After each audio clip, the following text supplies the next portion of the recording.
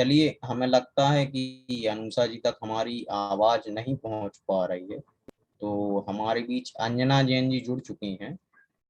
तो अंजना जी, प्लीज आप अपने आप को अनम्यूट करें और आज के मंगलाचरण का वाचन करेंगी।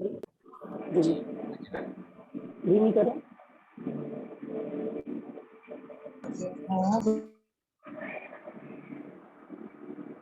जी, पीपीटी आपके लिए शो हो रही होगी। अंजना जी, हेलो। हमारी आवाज आप तक हाँ जा रही है? हाँ भैया। जी, तो आप वाचन कीजिएगा और हाँ। सभी प्रार्थना एवं वंदना की मुद्रा को धारण करेंगे। मंगलम भगवान वीरो मंगलम गोतमोदन मंगलम कुंद कुंद्रादो जैन धर्मस्तु मंगलम सर्वमंगल मंगलायम सर्व कल्याण कारणम प्रधानम सर्व धर्माणम जैनम जयतु शासनम जैनम जयतु शासनम जैनम जयतु शासनम। बोलिए महावीर भगवान की जय। जय। जी, बहुत बहुत धन्यवाद अंजना जी। इसी मंगलमय मंगलाचरण के साथ आज के हम इनपुट सेशन का शुभारंभ करेंगे। हमारे बीच हमारे प्रशिक्षक दीपक सर भी जुड़ चुके हैं और मैं उनसे अनुरोध करूंगा कि बिना किसी औपचारिक भूमिका के आज के इनपुट सेशन का शुभारंभ करें। सम्मानित दीपक सर, हमारा सेशन प्रारंभ हो उससे पहले आप सभी से अनुरोध है कि जिन्होंने भी अपने वीडियो को ऑफ करके रखा है, प्लीज वह अपने वीडियो को ऑन कर लें। पल्लवी जी, सुरभि रिया जी, अर्षिता जी, अनुषा जी, अभी जी, आप प्लीज आप अपने वीडियो को जरूर ऑन कर लें। Please sir, continue.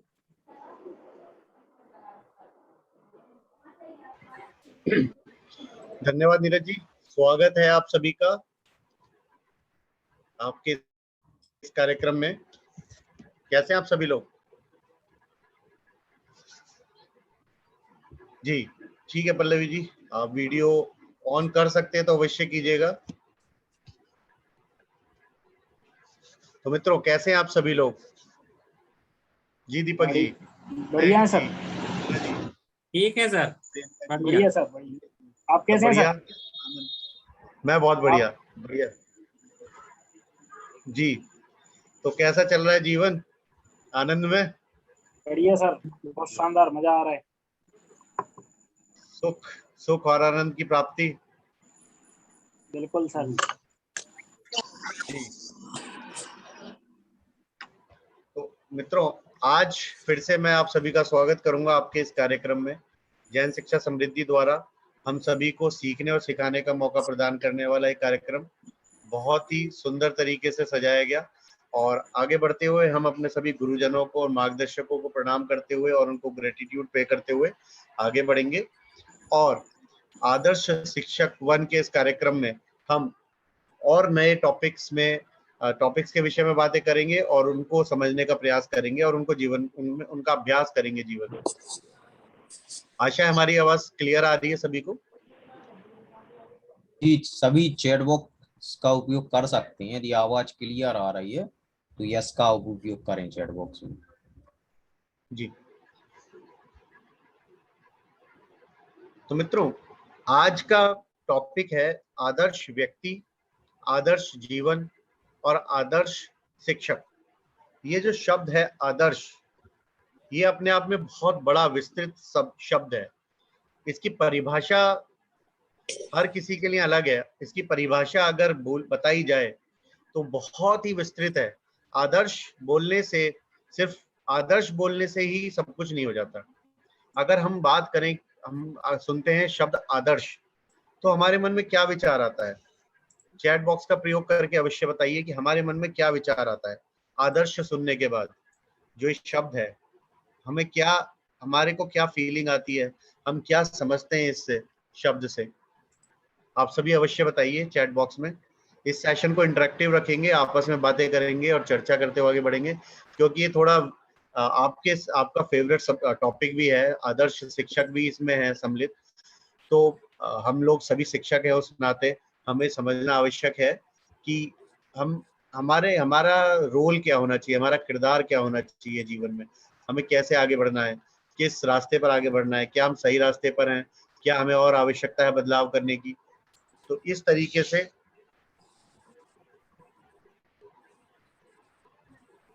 तरीके से हम आगे बढ़ सकते हैं और इस तरीके से हम सोच सकते हैं, विचार कर सकते हैं और आपस में चर्चा करने के बाद हम एक राह बना सकते हैं या लक्ष्य निर्धारित कर सकते हैं। अपने मन में एक आकृति या चित्र बना सकते हैं कि आदर्श व्यक्ति कौन हो सकता है, आदर्श जीवन कैसा हो सकता है और आदर्श शिक्षक कैसा हो। जी दीपक जी, आइडियल, मोहन जी एक्सीलेंस। जी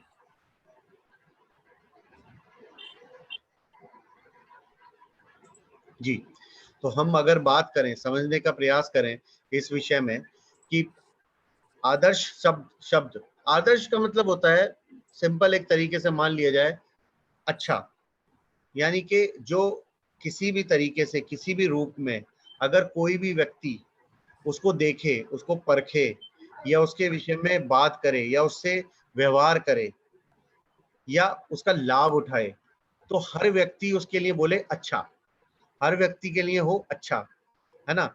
यदि हम बात करें किसी ऐसे व्यक्ति के बारे में जो आदर्श व्यक्ति है, जो भी उससे मिले उसे अच्छा लगे, उसका व्यवहार अच्छा लगे, उससे बातें करके अच्छा लगे, उससे लगे कि उससे मिलना चाहिए बार बार, या उससे लगे कि हाँ उसके विषय में बातें करनी चाहिए।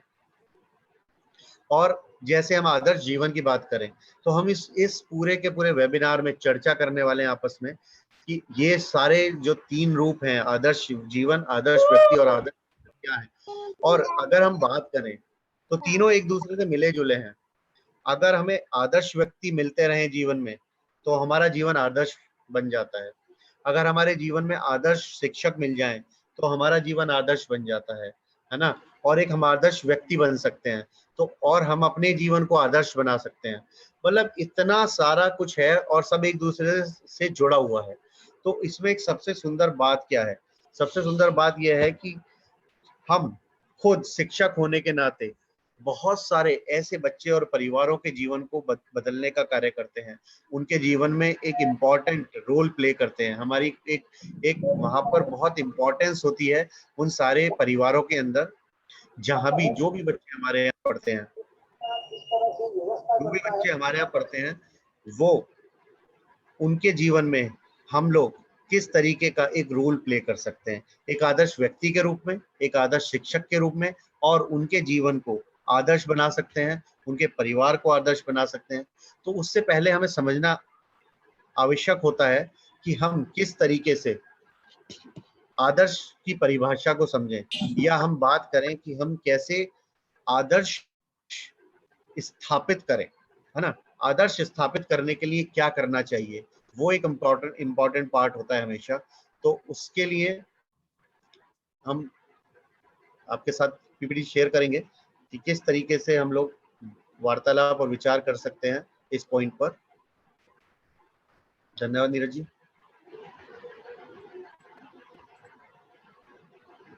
जी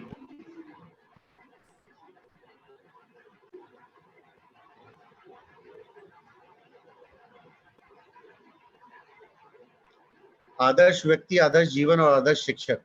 अगर विवेकानंद जी को देखें तो हमारे मन में एक भाव उत्पन्न होता है ना, कि वो एक बहुत अच्छे महान व्यक्ति थे। क्या वो बहुत सारे लोगों के आदर्श हैं? हो सकते हैं, बहुत सारे लोगों के आदर्श हो सकते हैं। आदर्श जीवन किस तरीके से जिया जाता है, किस तरीके से उसका प्रभाव पड़ता है समाज के ऊपर, हमारे मन मस्तिष्क के ऊपर, वो हम बात करने वाले हैं। और आदर्श शिक्षक, अगर हम ये जो चित्र हम देख रहे हैं, बताना चाहेंगे चित्र किसका है? अगर कोई बताना चाहे मित्र हमारे। सर्वपल्ली राधाकृष्णन जी। डॉक्टर सर्वपल्ली राधाकृष्णन जी हैं, और इनका एक बहुत शिक्षक के नाते भी बहुत ही बड़ा योगदान है, और एक बहुत बड़े गरिमा में पद पर भी रहे हैं ये देश के।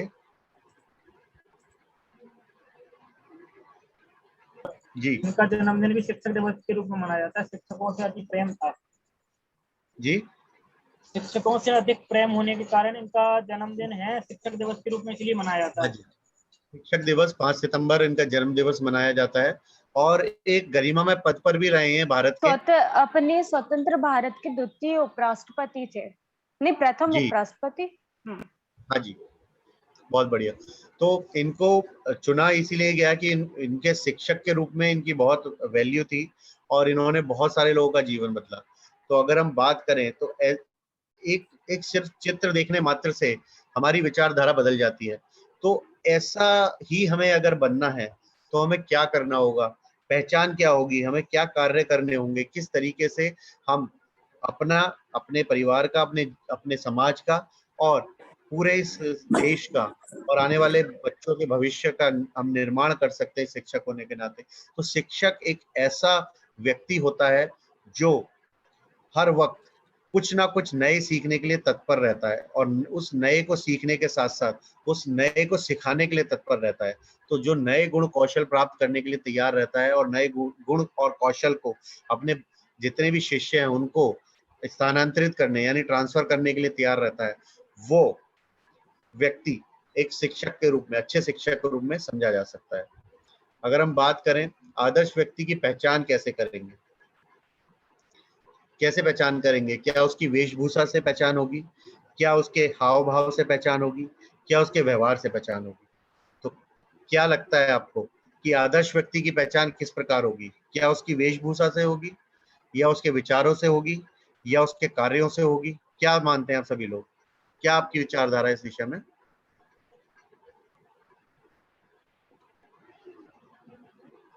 जी, चैट बॉक्स का प्रयोग कर सकते हैं आप सभी लोग।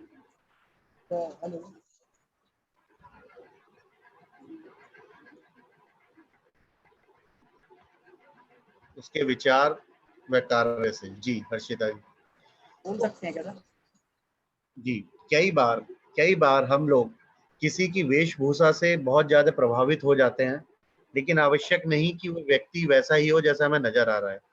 कई बार हम बहुत साधारण व्यक्ति नजर आता है देखने में और हमें लगता है वो नॉर्मल है, लेकिन हम जब उनसे मिलते हैं, मुलाकात करते हैं, उनकी बातें सुनते हैं, उनकी विचारधारा को सुनते हैं, तो हमें महसूस होता है, अनुभव होता है कि हाँ, ये व्यक्ति बहुत गुणी है और बहुत ही ज्यादा इनके अंदर ये इनका व्यक्तित्व प्रभावशाली है। जब ये बातें करते हैं या इनके जीवन के जो कार्य हैं, उन्होंने जो किया है, आज तक अचीवमेंट किए हैं, उनके बारे में जब हम जानते हैं तो हमें हाँ अनुभव होता है। तो व्यक्ति के सिर्फ वेश या उसके उसके जो रहा है उसके अलावा भी हमें व्यक्तित्व है, उसका व्यक्तित्व, उसके कार्य, उसके achievement या उसका जो व्यवहार है, उसके विषय में अवश्य जानना चाहिए।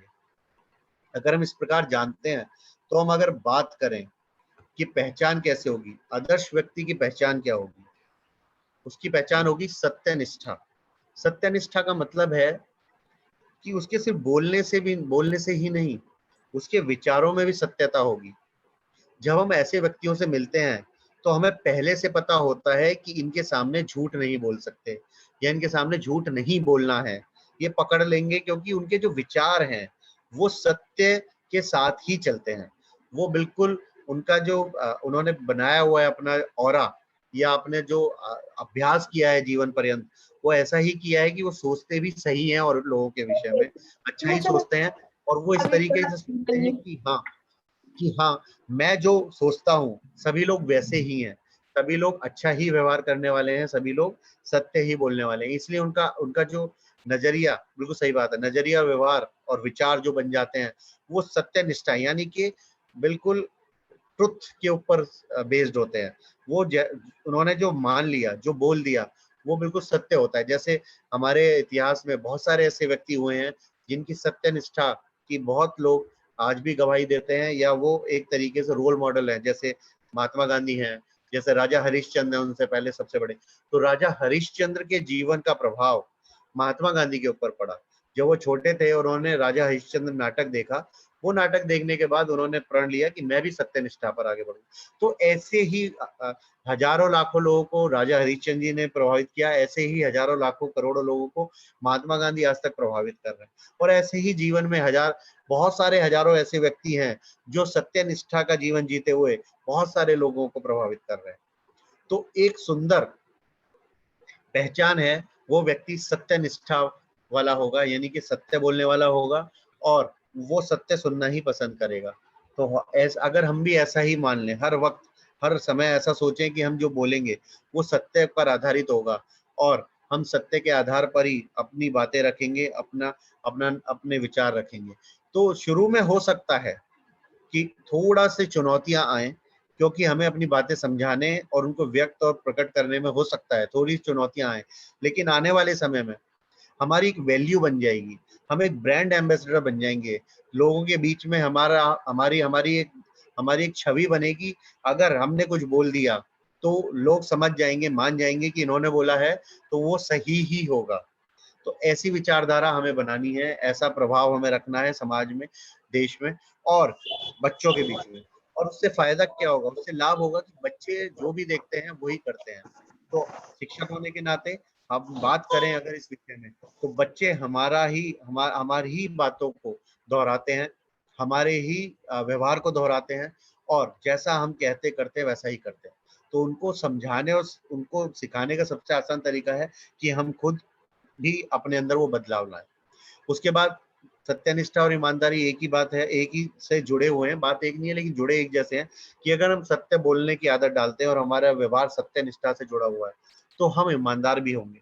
ईमानदार सोच के साथ भी होते हैं, ईमानदार कार्यों के साथ भी होते हैं, ईमानदार व्यवहार के साथ भी होते हैं, है ना। इस बारे में आप सभी बहुत अच्छे से अवगत है कि ईमानदारी कैसे होती है और ईमानदार रहने का क्या लाभ होता है, और ईमानदार कैसे रहा जाता है अपने अपने व्यवहार से, अपनी सोच से, अपनी बातों से।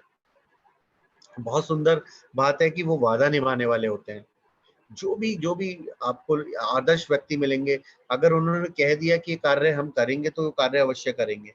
अगर उन्होंने कह दिया कि हम ये कार्य इस समय करेंगे तो वो अवश्य करेंगे। बहुत सारे व्यक्ति आपने ऐसे देखे होंगे, उन्होंने बोल दिया कि इस समय हम उपस्थित हो जाएंगे, तो वो चाहे कोई आए ना आए, चाहे कार्यक्रम शुरू हुआ हो ना हुआ हो, लेकिन वो उससे पहले आपको उपस्थित मिलेंगे। तो वो ऐसे व्यक्ति होते हैं आदर्श व्यक्ति, है ना। कई बार कार्यक्रम 2 घंटे लेट शुरू हो रहा है लेकिन वो अपने समय से आ चुके होते हैं। तो उन्होंने एक जीवन में आदर्श बनाया हुआ है कि हम समय का पालन करेंगे और हम समय के अनुसार ही चलेंगे। उसके बाद अगर बात करें, बहुत ही गूढ़ बात है, छोटी सी समझने की बात है कि आदर्श व्यक्ति ना दूसरों की आवश्यकताओं को पहचान जाते हैं। वो इस तरीके से पहचानते हैं कि दूसरों को क्या आवश्यकता हो सकती है, और वो हो सकता है ना प्रत्यक्ष रूप से ना करते हुए परोक्ष रूप से, यानी कि इनडायरेक्ट वे में उसकी हेल्प कर दें, क्योंकि हो सकता है उस व्यक्ति का आत्मसम्मान को ठेस ना पहुंचे। तो वो क्या करने वाले हैं, वो अप्रत्यक्ष रूप से, परोक्ष रूप से उसकी मदद कर सकते हैं, लाभ पहुंचा सकते हैं, है ना। हो सकता है कि वो उनको जीवन जीने के तरीके सिखाएं, उस परिवार को, उस व्यक्ति को, उसकी अर्निंग्स कैसे बढ़े उसके बारे में कार्य करें। हो सकता है अगर आवश्यकता तुरंत एकदम हो तो वो भी करें, जैसे बहुत सारे लोगों ने कोरोना समय में किया मदद, परोक्ष रूप से भी किया। बहुत सारे लोगों का पता ही नहीं है उन्होंने किसी की मदद की है, बहुत सारे लोगों ने प्रत्यक्ष रूप से भी की है।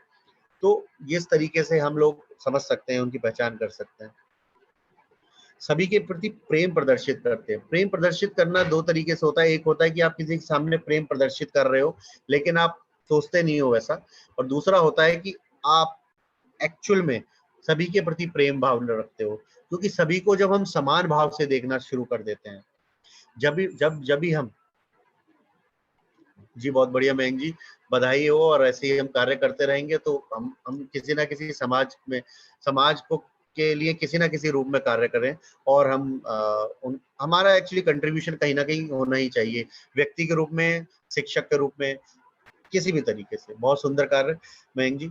तो अगर हम बात करें कि आदर्श व्यक्ति किस तरीके से आगे बढ़ेगा, वो अगर प्रेम भावना दिखाता है तो अपने मन से दिखाएगा सभी के लिए, चाहे वो बच्चों से मिल रहा है, चाहे अपने बराबर के लोगों से मिल रहा है, चाहे अपने छोटे से मिल रहा है, चाहे अपने से बड़े पद वालों से मिल रहा है, चाहे अपने से छोटे पद वालों को मिल रहा है।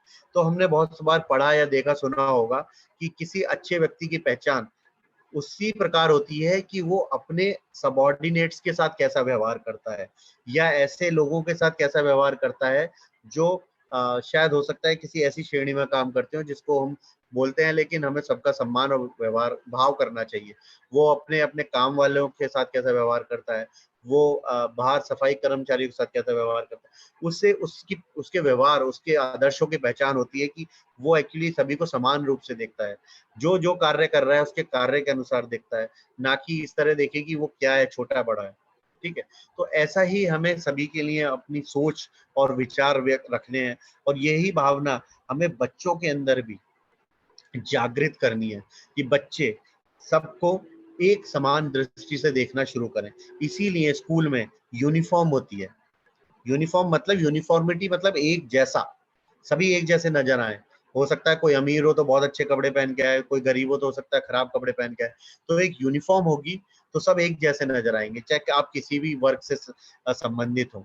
तो इसी तरीके की भावना स्कूल के अंदर रखी जाती है। इसी कारण से ये यूनिफॉर्म या यूनिफॉर्मिटी होती है, सभी को एक जैसी नोटबुक्स, एक जैसा सब कुछ प्रदान करती है। तो हम बच्चों के अंदर ये भावना जागृत कर सकें कि किस प्रकार वो अपने साथ पढ़ने वाले, या अपने स्कूल में कार्य करने वाले जितने भी हमारे हमारे सहयोगी हैं, जो हमारे कर्मचारी व्यक्ति, उनके प्रति भावना रख सकते। आप सभी लोग कर लेंगे तो अच्छा है। इन सभी के प्रति एक अच्छा भाव रखें। तो और सभी से सहानुभूति रखता है। सहानुभूति रखने का अर्थ क्या है? सह अनुभूति, एक जैसी ही अनुभूति, एक जैसा ही, मतलब अगर आपको दर्द महसूस हो रहा है तो मुझे भी वो दर्द महसूस हो, है ना। आपको खुशी महसूस हो रही है तो मुझे भी खुशी महसूस हो। आप अगर प्रगति कर रहे हैं और खुश हैं तो मैं भी आपकी प्रगति देखते हुए खुश हूँ। दैट इज कॉल्ड सहानुभूति, मतलब सहानुभूति। हम कैसे एक दूसरे के प्रति एक समान भाव रखते हैं, उसके उसके दुख, उसके दर्द, उसकी खुशियों में, उसकी प्रगति में। ज्यादातर समाज में आप नकारात्मक भाव देखने को मिलेंगे आपको, है ना। अगर कोई प्रगति कर रहा है तो आप सोचेंगे कि कैसे प्रगति कर रहा है वो व्यक्ति, कैसे प्रगति कर रहा है, कुछ गलत कार्य कर रहा होगा। ये विचारधारा हमारे मन में आनी चाहिए कि वो परिश्रम कर रहा है, वो सही रास्ते पर जा रहा है, उसने सही दिशा पकड़ी हुई है अपने कार्य को करने के लिए, इसलिए वो प्रगति कर रहा है। जी जी रानू जी, कोई नहीं, आप जुड़े रहिए, जुड़े रहना आवश्यक है। तो हम बात करें कि अगर सहानुभूति हम रखते हैं किसी के साथ, तो हम लोग उसके विषय में अच्छे तरीके से सोच और समझ पाते हैं कि उसका जीवन एक्चुअली चल कैसे रहा है, उसके जीवन का यथार्थ क्या है, सच्चाई क्या है।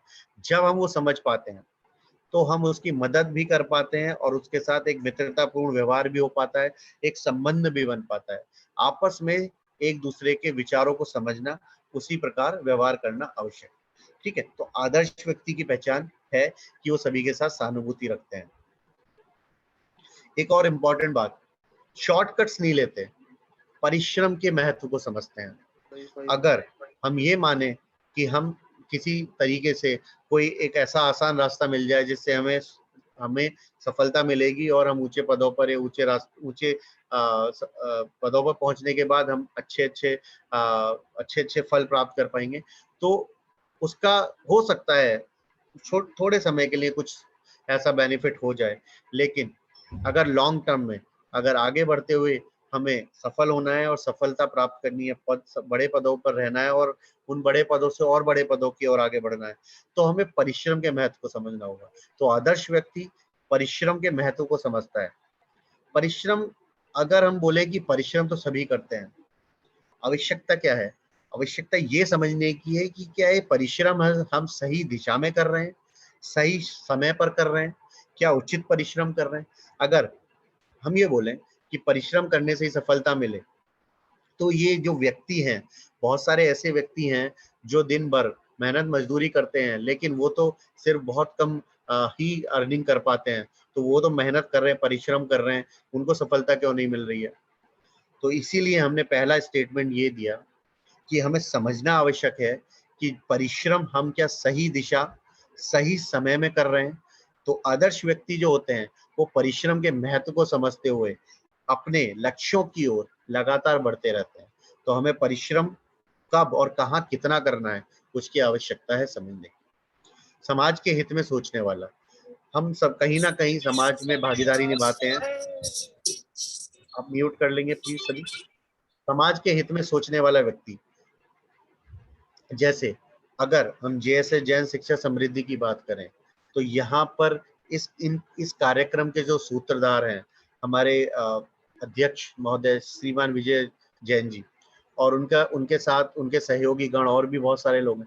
तो विजय सर ने एक विजन देखा कि हाँ, मैं समाज में कुछ ऐसा कार्य करना चाहता हूँ जिसके माध्यम से आने वाला समाज, आने वाला भविष्य देश का बहुत सुनहरा हो। तो उसके लिए उन्होंने एक सोच बनाई, विचारधारा बनाई, और उस विचारधारा के साथ उन्होंने सोचा कि अगर शिक्षक एक ऐसा माध्यम है जो कि पूरे समाज को बदल सकता है, क्योंकि बच्चे उससे संबंधित होते हैं, तो बच्चों के माध्यम से हम आने वाले समाज को बदल सकते हैं। तो शिक्षकों की सोच और विचारधारा अगर हमारी विचारधारा और सोच के साथ संबंधित हो जाए, अलाइंड हो जाए, तो हम मिलकर एक बहुत सुंदर कार्य कर सकते हैं। तो अगर हम आदर्श व्यक्ति की पहचान करें तो बहुत सारे गुण विजय सर के अंदर विद्यमान है, सारे ही गुण विद्यमान है जो मैंने अभी बताए। वो अपने वादे को निभाने वाले हैं, वो सत्यनिष्ठा ईमानदारी पर चलने वाले हैं, और वो परिश्रम के महत्व को समझते हैं। आज भी इस एज में भी बहुत परिश्रम करते हैं और समय का पालन करते हैं। तो एक लाइव एग्जांपल, जैसे आज आप सब लोगों ने कल अपने जीवन से लिखा कि आप आदर्श व्यक्ति किनको मानते हैं, आदर्श शिक्षक किसको मानते हैं, ऐसे ही हम आसपास जब अपने रोल मॉडल्स को देखते हैं तो हमें एक दिशा मिलती है आगे बढ़ने की, हमें ऊर्जा मिलती है आगे बढ़ने की, कि हाँ, हम भी ऐसा एक आदर्श व्यक्ति बन सकते हैं और आने वाले समय में एक समाज के लिए आदर्श हम लोग बन सकते हैं, रोल मॉडल हम भी बन सकते हैं। तो यही भावना, शुभ भावना हम आपको अवश्य देना चाहेंगे, शुभेच्छा आपको देना चाहेंगे कि हम सभी आदर्श बने आने वाले समय में, जीवन अपने आसपास, अपने परिवार, अपने जीवन में, बच्चों के लिए, अपने देश के लिए। तो परिवार को समय देते हैं। आदर्श व्यक्ति बैलेंस लाइफ को जीना पसंद करते हैं। वो क्या करते हैं, वो अपने परिवार को, अपने कार्य को और समाज को बहुत ही बैलेंस टाइम देना पसंद करते हैं, है ना। तो अपने परिवार के लिए भी समय निकालते हैं, अपने सारे कार्यों को सुनिश्चित समय पर पूर्ण करते हैं, और अपने समाज के लिए भी जितना वो कर सकते हैं मैक्सिमम वो करने का प्रयास अवश्य करते हैं। परिवार की जरूरतों को समझता है। परिवार की जरूरतों को समझने का मतलब होता है कि एक होता है कि बेसिक नीड्स को समझना जो डेली रूटीन में चाहिए होती हैं। उसके बाद जरूरतें होती हैं कि हम अगर बच्चे हैं तो उन बच्चों के लिए क्या करियर ऑप्शंस होने चाहिए, क्या वो बन सकते हैं, उसके विषय में विचार करते हैं। तो शिक्षक होने के नाते भी कहीं ना कहीं हमारा एक कर्तव्य होता है कि हम बच्चों की जरूरतों को समझते हैं, है ना। तो हम आगे बातें करेंगे इस विषय में कि शिक्षक होने के नाते हम किस प्रकार से व्यवहार कर सकते हैं। बच्चों का सच्चा मार्गदर्शक होता है। दो तरीके के व्यक्ति होते हैं जीवन में, परिवार में, जो मार्गदर्शक होते हैं। एक होते हैं कि वो बोलते रहते हैं, नहीं ये करो, आप ये करो, ये करो, सिर्फ बोलते रहते हैं, और उस तरीके से वो कोशिश करते हैं कि कंट्रोल करें बच्चों को, और जो वो बोल रहे हैं बच्चे वो करें। दूसरे तरीके के व्यक्ति होते हैं जो बच्चों की काबिलियत को समझते हैं, या बच्चों की जो रुचि है उसको समझते हैं, और उनका मार्गदर्शन करते हैं कि उस रुचि में वो अपना करियर बनाए, ऑप्शन बनाए, या उस रुचि के साथ वो आगे बढ़ते हुए कुछ बड़े कार्य करें। तो हम किसको आदर्श मान सकते हैं? कौन आदर्श व्यक्ति हो सकता है? जो पहला है, जो सिर्फ फोर्स कर रहा है और वो चाहता है जो वो चाहे वो बने बच्चे, या वो व्यक्ति जो बच्चों की जरूरतों को और उनकी काबिलियत को, उनकी कैपेसिटी, कैपेबिलिटीज को समझते हुए उनको प्रोत्साहित कर रहा है, मोटिवेट कर रहा है। तो कौन सा व्यक्ति आदर्श व्यक्ति होगा आपकी नजर में? आप अवश्य बताइए सभी चैट बॉक्स का प्रयोग करते हुए। जी, हम जी जी हर्षिता जी, सभी बताइए कौन सा व्यक्ति होगा हमारी नजर में आदर्श व्यक्ति?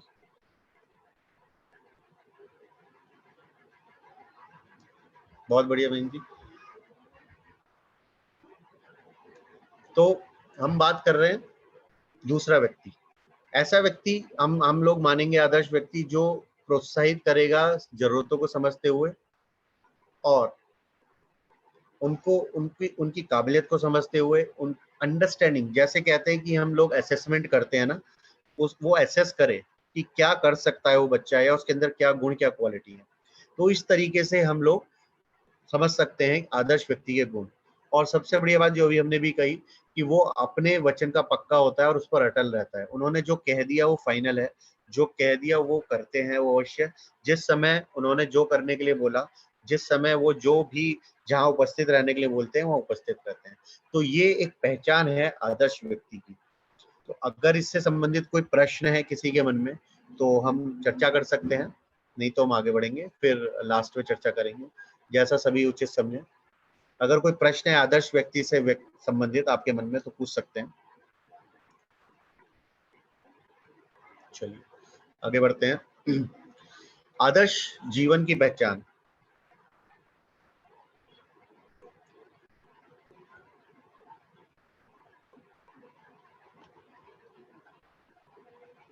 ये आप देख पा रहे हैं जी। रुकिए, स्टॉप कर लेते हैं।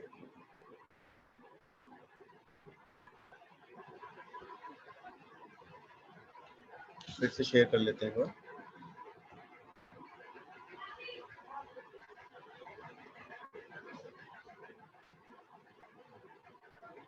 जी, आदर्श जीवन की पहचान। आदर्श जीवन की क्या पहचान होती है? आदर्श जीवन किसको मानते हैं? हमने बात की एक्सीलेंट या गुड, है ना, मॉडल, रोल मॉडल। इस तरीके का अगर हम बात करें तो जी, अगर हम बात करें आदर्श जीवन की तो क्या होता है आदर्श जीवन? तो सबसे पहले व्यक्ति को क्या चाहिए?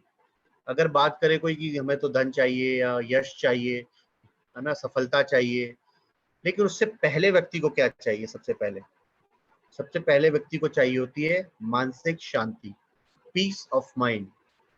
अगर पीस ऑफ माइंड है, मानसिक शांति है, तो वो सारी चीजों का आनंद उठा सकता है ना, धन का भी आनंद उठा सकता है ना, यश का भी, समृद्धि का भी, सफलता का भी आनंद उठा सकता है। अगर मन में शांति है, मानसिक शांति है, तो वो किसी तरीके से आनंद उठा सकता है। उसके बाद अगर हम बात करें मानसिक स्वास्थ्य, अगर स्वास्थ्य दो तरीके का होता है, हमने पहले भी बातें की थी, स्वास्थ्य दो तरीके का होता है ना। स्वास्थ्य की चाबी में हमने डिस्कस किया था, एक होता है मानसिक स्वास्थ्य, एक होता है शारीरिक स्वास्थ्य। तो मानसिक स्वास्थ्य क्या है? मानसिक स्वास्थ्य का मतलब होता है कि हम जो सोच रहे हैं वो सकारात्मक रूप से सोच पाते हैं। हम अगर किसी की बातों को सुन रहे हैं तो क्या हम इरिटेट हो जाते हैं या हम उसकी बातों को आसानी से समझ पा रहे हैं? अगर हम किसी की बातों को सुनते हुए इरिटेट होते हैं, यानी कि हम थोड़ा सा इधर उधर, मतलब मन भटक जाता है, आपको लगता है कि नहीं ये ना उद्विग्न हो जाते हैं एकदम से कि किसने ये क्यों बोल दिया, या हम उसकी बातों को ठंडे दिमाग से सुनते और समझते हैं और उस पर विचार करते हुए प्रतिक्रिया देते हैं, तो हम उनमें से कौन से व्यक्ति हैं? अगर हम दूसरे व्यक्ति हैं कि हम बहुत अच्छे तरीके से बातें सुन रहे हैं, ठंडे मन से बातें सुन रहे हैं, दिमाग से बातें सुन रहे हैं और उस पर प्रतिक्रिया और विचार दे रहे हैं, या हम बहुत ज्यादा एकदम एक्साइटेड हो जाते हैं, इरिटेट हो जाते हैं किसी की बातों से, तो ये मानसिक स्वास्थ्य की पहचान है। हम कौन से व्यक्ति हैं, है ना। सॉरी सर, ये शेयरिंग लॉक हो गई है, दोबारा कर लेते हैं जी।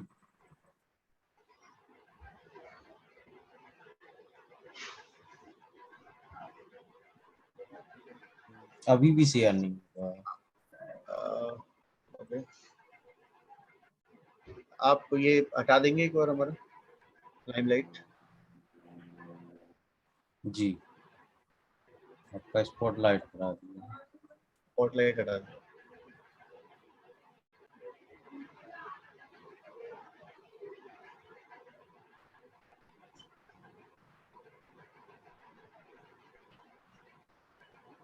नीरज जी, हम आपको व्हाट्सएप पे शेयर कर रहे हैं, आप वहां से शेयर कर दीजिए।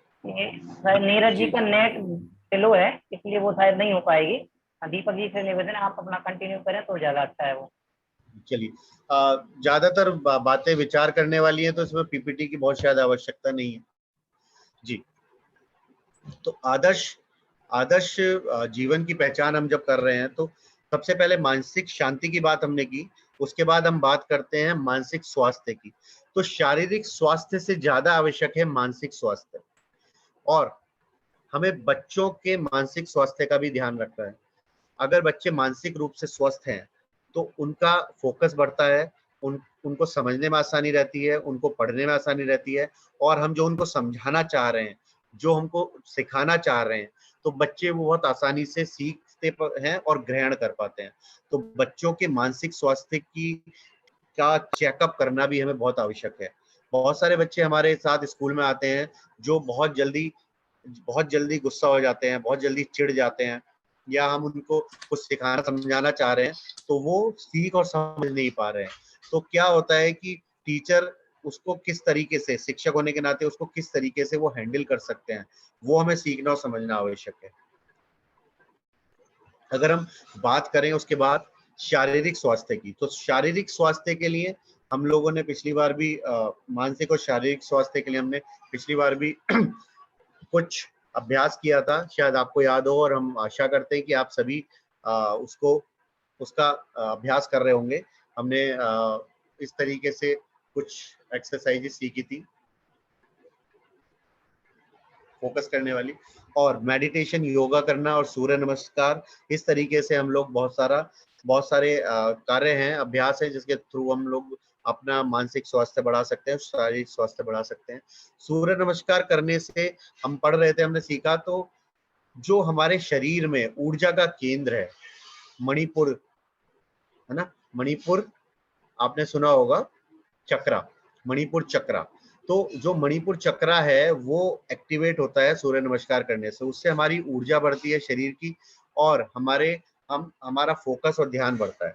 तो हम अवश्य कहेंगे कि अगर आप सूर्य नमस्कार कर सकते हैं प्रतिदिन अभ्यास, तो अवश्य कीजिएगा। उससे हमारा मन और मस्तिष्क बहुत तंदुरुस्त रहता है, स्वस्थ रहता है, और हमारे अंदर ऊर्जा का संचार होता है। जब ऊर्जा का संचार होगा तो हम कार्यों को बहुत आनंदित रूप से कर पाएंगे और अच्छे तरीके से कर पाएंगे।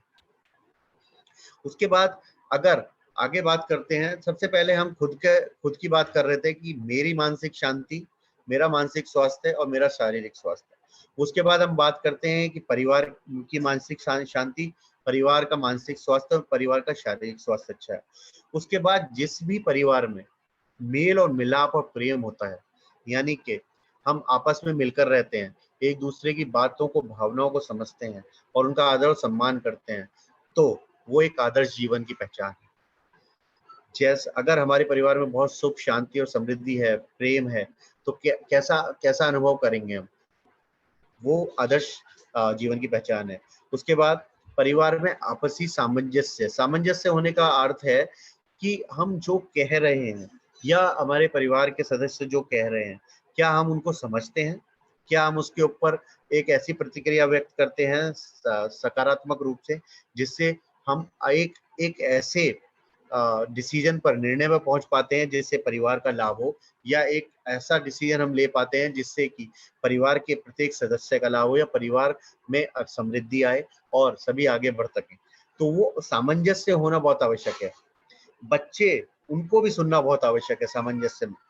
हमें ये नहीं मानना कि छोटे हैं तो हमें कुछ सिखा नहीं पाते या उनके पास अच्छे विचार नहीं हो सकते, क्योंकि आज के समय में बच्चे बहुत ही ज्यादा एक्टिव रहते हैं और बहुत अलग अलग तरीके के ज्ञान को प्राप्त करते हैं।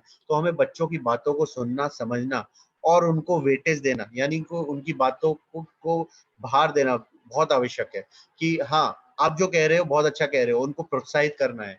अगर हमें लगता है उनकी बातें सुनने के बाद कि हाँ, उनकी बातों को मार्गदर्शन की आवश्यकता है, तो हम मार्गदर्शन कर सकते हैं जो उन्होंने कहा। लेकिन हो सकता है उनके पास ऐसे कोई बहुत अच्छे विचार हो जिनके ऊपर कार्य किया जा सकता है। तो ये आपसी सामंजस्य बहुत आवश्यक है। हर परिवार में 3 पीढ़ियां अवश्य होती हैं।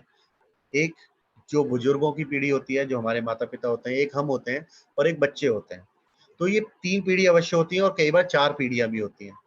तो एक पीढ़ी होती है जो अनुभव लेकर बैठी है, एक पीढ़ी होती है जो अभी में जी रही है और जो अनुभव भी इकट्ठा कर रही है, और एक पीढ़ी होती है जो भविष्य का निर्माण करने वाली है। तो हम सभी को मिलकर उस अनुभव, आज की ऊर्जा और आज का अनुभव, इनको मिलाना है, और आने वाला जो भविष्य है उसकी ऊर्जा और उसके विचारों के साथ हम अगर एक सुंदर सा कार्यक्रम, एक सुंदर सा एक तरीके से हम समझे कि आने वाले भविष्य की नींव रख सकें सभी तीनों पीढ़ियां मिलकर, तो ये जो कार्य हम परिवार के रूप में करेंगे यही समाज में जाएगा और ये समाज का अगला जो ढांचा है यानी कि आने वाले समाज का ढांचा निर्धारित करेगा। अगर हम अपनी संस्कृति की बात करें, भारतीय संस्कृति की, तो परिवार को सबसे ज्यादा महत्व दिया जाता था। ये मॉडर्न या वेस्टर्न कल्चर है जहाँ पर परिवार होते नहीं है, वहां पर परिवार की बातें भी नहीं होती हैं। वो सिर्फ साल में एक दिन मनाते हैं और उसी में इतिश्री समझ लेते हैं अपने कर्तव्य की कि हमने हाँ कर दिया, हमने मदर्स डे मना दिया, हमने फादर्स डे मना दिया, हमने फ्रेंड्स डे मना दिया, हमने ब्रदर्स डे मना दिया। अभी अभी कुछ दिनों में ब्रदर्स डे मनाया जा रहा था, तो क्या एक ही दिन ब्रदर्स डे मनाकर बात बन जाएगी? या दिन प्रतिदिन भाई की बात को समझना, उसका सहयोग करना, है ना, उसको सम्मान करना, उसको प्रेम करना आवश्यक है। तो हम तो हर दिन प्रतिदिन में जीने वाले व्यक्ति हैं। अपनी हम बात करें तो हम ना तो मदर्स डे मनाते हैं, ना तो हम फादर्स डे मनाते हैं, ना तो हम ब्रदर्स डे मनाते हैं। हम कोई डे नहीं मनाते। क्यों? क्योंकि हम दिन प्रतिदिन वो डे मनाते हैं एक्चुअली, है ना। तो हम दिन प्रतिदिन अगर सम्मान दे रहे हैं, प्रेम दे रहे हैं और सहयोग कर रहे हैं, तो हम दिन प्रतिदिन वो भाव रखने वाले व्यक्ति हैं। तो ऐसे व्यक्ति अगर हम बनते हैं तो ज्यादा अच्छा है, या साल में एक दिन हम कुछ मनाते हैं और इतिश्री समझ लेते हैं हम कौन सा व्यक्ति बनना चाहते हैं। तो दिन प्रतिदिन एक एक एक खुशियों का माहौल घर के परिवार के अंदर हो, छोटी छोटी बातों में खुशियां अगर हम ढूंढ पाए और उनको सेलिब्रेट कर पाए, है ना। बच्चों के साथ, बच्चों ने जो भी कार्य किया, अचीवमेंट किया, अगर आप उनके साथ कोई गेम खेल रहे हैं उसी में भी खुशियां ढूंढ पा रहे हैं। अगर बच्चों के साथ हम लोग, हो सकता है कोई पजल्स खेल रहे हैं, हो सकता है पहले बचपन में याद है कभी हम लोग बचपन में पहेलियां खेलते थे, है ना, कुछ कुछ पहेलियां बूझा करते थे हमारे साथ, उसमें कितना आनंद आता था। तो इस तरीके से क्या होता था कि हमारा मानसिक विकास भी हो रहा है और आपसी सामंजस्य भी बढ़ रहा है, एक दूसरे को हम समझ भी पा रहे हैं, है ना। और हम बच्चों को असेस भी कर पा रहे हैं कि वो कितना समझ रहा है हमारी बातों को। जैसे छोटी सी पहेली पूछी, है ना, जैसे मान लीजिए बचपन में बहुत सारी पहेलियां पूछते थे कि जैसे ना मारा ना खून किया, बीसों का सिर काट दिया, है ना। ऐसे बहुत सारी पहेलियां हैं। पहला अक्षर काटा तो ये बना, दूसरा अक्षर काटा तो ये बना, मध्य अक्षर काटा, है ना। तो ये पहेलियां शायद आज भी आप बच्चों के साथ पूछते होंगे। हरी थी मन भरी थी, है ना, लाख मोती जड़ी थी, राजा जी के बाग में दुशाला और एक हरी थी। तो ऐसी पहेलियां हमारे बचपन में हमारा हमारा आसपास चारों तरफ ये खेलों में हमने देखा है। तो मानसिक स्वास्थ्य को बढ़ाने के लिए, शारीरिक स्वास्थ्य को बढ़ाने के लिए बहुत आवश्यक हुआ करती थी। आज के समय में शायद ये खो सी गई हैं, है ना। वीडियो गेम्स के रूप में शायद ये पहेलियां कहीं गुम हो गई हैं। शायद परिवार के लोग भी ऐसी पहेलियां बच्चों से शायद पूछते नहीं है, भूल गए हैं। अगर तो हमें ये प्रारूप शायद अपने परिवार में वापस लाना चाहिए। ये प्रारूप स्कूल में, विद्यालय में वापस लाना चाहिए। इस तरीके से ये छोटी छोटी पहेलियां बच्चों के अंदर आईक्यू लेवल बढ़ाने का भी काम करती हैं। वो अपने चारों तरफ का जो परिवेश है, जो एनवायरनमेंट है, वो देखना शुरू करेंगे, है ना। भुट्टा क्या होता है बताओगे? अगर भुट्टा आज के बच्चों में बताया ना, तो ज्यादातर बच्चे शायद बता ना पाए भुट्टा क्या होता है ना। आप पॉपकॉर्न बोलोगे तो उछल के बताएगा वो पॉपकॉर्न खाना है ना। भुट्टा शायद बोलो, है ना, तो शायद तो ऐसे एक्चुअली हमें ऐसी छोटी छोटी बातों से बच्चों के साथ एक विचार विमर्श रखना चाहिए, बच्चों के साथ चर्चा करनी चाहिए और उनको किस तरीके से हम अपनी संस्कृति से, है ना, परिचित करा सकते हैं, उनके उनके उनके मन में विचार पैदा कर सकते हैं। जैसे हमने बच्चों को रात को रामायण की कहानियां सुनाते हैं, महाभारत की कहानियां सुनाते हैं, या ऐसे बहुत सारे प्रसंग सुनाते हैं। जैसे जैन दर्शन में बहुत सारे प्रसंग हमने पढ़े सुने, तो हम अपने बच्चों को सुनाते हैं कि वो मुनि क्या कहते हैं, उसका मतलब क्या है, या हनुमान जी ने क्या किया, या अर्जुन ने ऐसा क्यों किया, कृष्णा ने ऐसा क्यों बोला।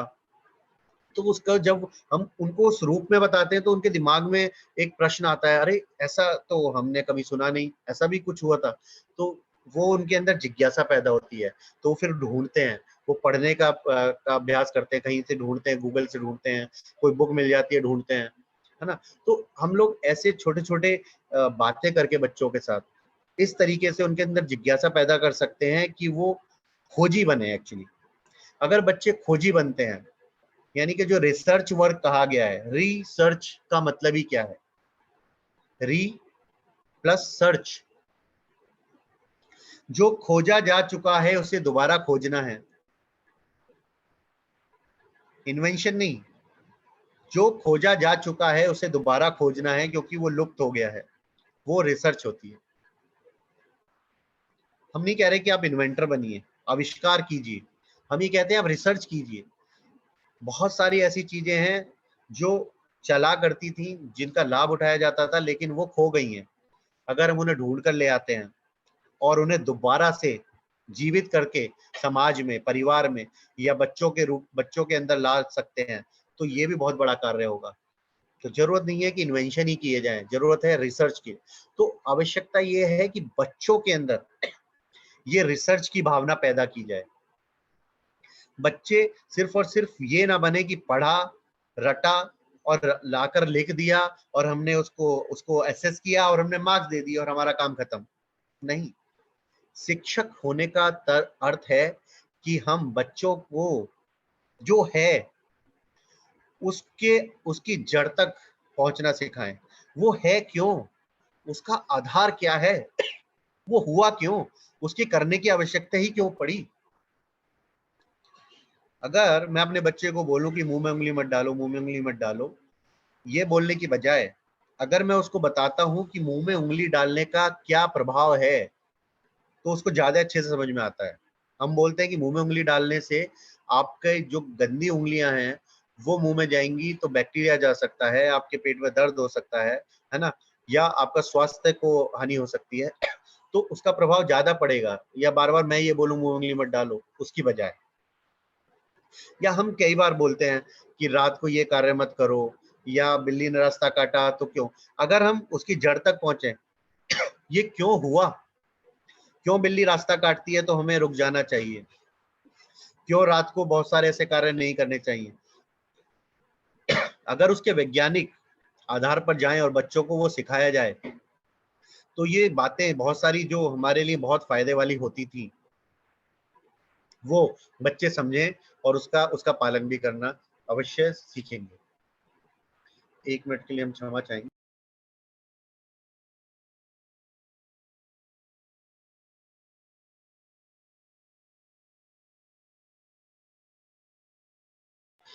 धन्यवाद। तो आवश्यकता यह है कि हम बच्चों के अंदर वो खोजी भाव पैदा करें। तो आदर्श परिवार के अंदर जो बात कर रहे थे, हम थोड़ा आगे निकल गए थे। तो आदर्श परिवार में आपसी सामंजस्य, बच्चों के साथ कैसे व्यवहार करते हैं, उसके बाद अच्छे मित्र अगर हमारे जीवन में हैं तो हमारा जीवन एक आदर्श जीवन हो सकता है, क्योंकि अच्छे मित्र हमें सही मार्गदर्शन भी करते हैं और आवश्यकता पड़ने पर हमारा सहयोग भी करते हैं। और एक अच्छा मित्र क्या होता है? अच्छा मित्र होता है जो हमारी बुराइयों और कमियों को उजागर करे, ना कि हमारी अच्छाइयां बताता रहे, ना कि हमें अप्रिशिएट ही करता रहे हमेशा। वो चाटुकारिता भी हो सकती है।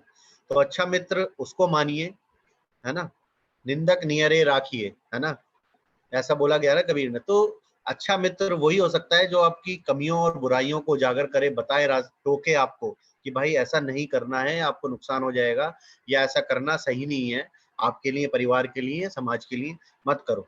तो ज्यादातर लोग आज के समय में ऐसे मित्रों को अपने पास रखना पसंद नहीं करते जो टोका टोकी करते हैं, बताना चाहते हैं आपकी कमियों को। पहले जमाने में ज्यादातर ऐसा होता था कि किसी के भी घर में चले जाओ और किसी के घर में परिवार की तरह रहो और उसके विषय में उसके परिवार वालों को बता देते थे, है ना।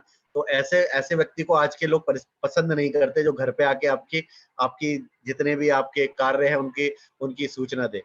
पहले मित्र ऐसा अवश्य करते, हम अवश्य जाते थे और हमारे मित्र भी आते थे। तो और समाज में सम्मान की प्राप्ति अगर हम कर पा रहे हैं किसी भी तरीके से, तो एक आदर्श जीवन हो सकता है। हम किसी भी तरीके से वो कार्य कर सकते हैं समाज में।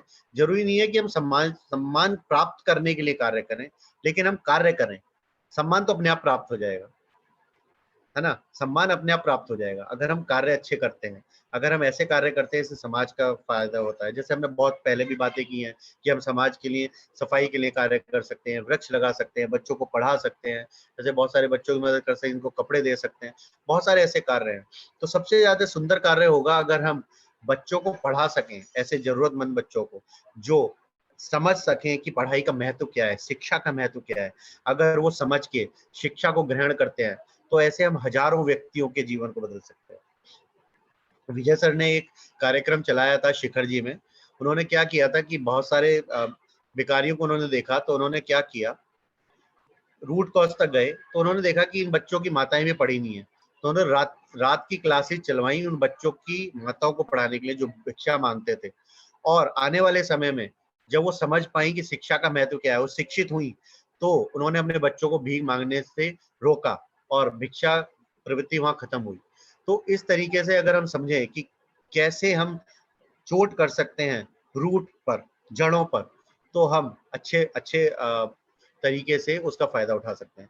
तो ऐसे छोटे छोटे कार्य हैं लेकिन उनका प्रभाव बहुत बड़ा होता है।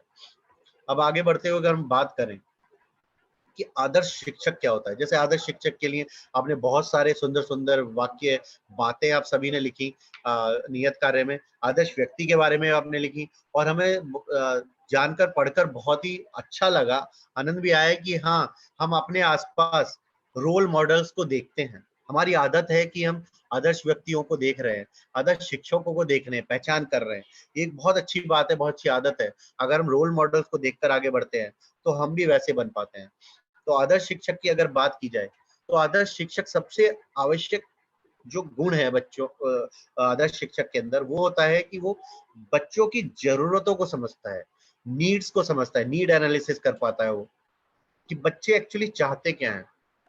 एक होता है कि हम सिर्फ बता रहे हैं, एक पढ़ा रहे हैं और सिर्फ हम लोग अपना कार्य खत्म हो जाता है, नहीं। बच्चों की जरूरत, मतलब हर बच्चा अलग होता है, हर बच्चे की जरूरत अलग हो सकती है, उसको पढ़ने पढ़ाने का तरीका अलग हो सकता है। अगर हम वो समझ पाते हैं, बच्चों की जरूरतों को समझते हुए पढ़ाते हैं, तो हाँ, हम एक आदर्श शिक्षक हो सकते हैं।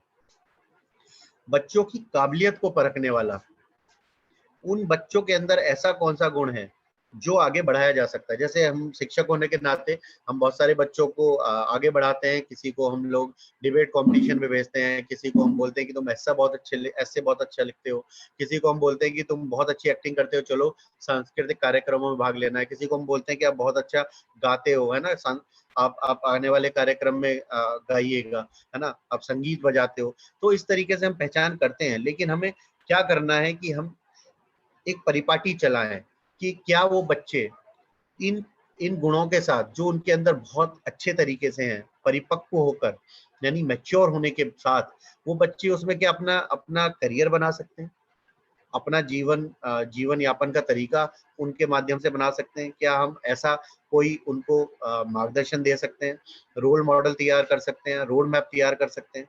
तो ये हमें समझना आवश्यक है और बच्चों को उनकी काबिलियत के अनुसार सही मार्गदर्शन करते हैं। जो भी उनके अंदर काबिलियत है, जो भी उनके अंदर गुण है, कैपेसिटी है या अवगुण है, उसके साथ साथ ये भी समझना है कि बच्चों के अंदर ऐसे कौन से अवगुण हैं जिससे उनका नुकसान होता है, जिससे बच्चे के विकास में बाधा पहुंचती है। कई बार आज के लिए बहुत दुखद स्थिति है कि बहुत छोटे बच्चे भी नशा करने लगे हैं, है ना, गलत प्रवृत्तियां पैदा हो गई उनमें। शायद वो आसपास के बच्चे अब जो उनसे बड़े हो रहे हैं बच्चे, उनको देखते हुए उनसे सीख रहे हैं, हो सकता है वो समाज को देखते हुए सीख रहे हैं। तो शिक्षक होने के नाते हमें ध्यान रखना है कि बच्चे कहीं ऐसे गलत दिशाओं में ना जा रहे हो, है ना, भटकाव की ओर ना हो, क्योंकि उनकी जो सोच है, विचारधारा है, क्योंकि आज की डेट में रोल मॉडल जो हो गए हैं वो ज्यादातर ऐसे लोग हो गए हैं जो बॉलीवुड इंडस्ट्री से हैं, जो गलत चीजों का प्रचार प्रसार करते हैं क्योंकि उनकी अर्निंग वहां से हो रही है ना।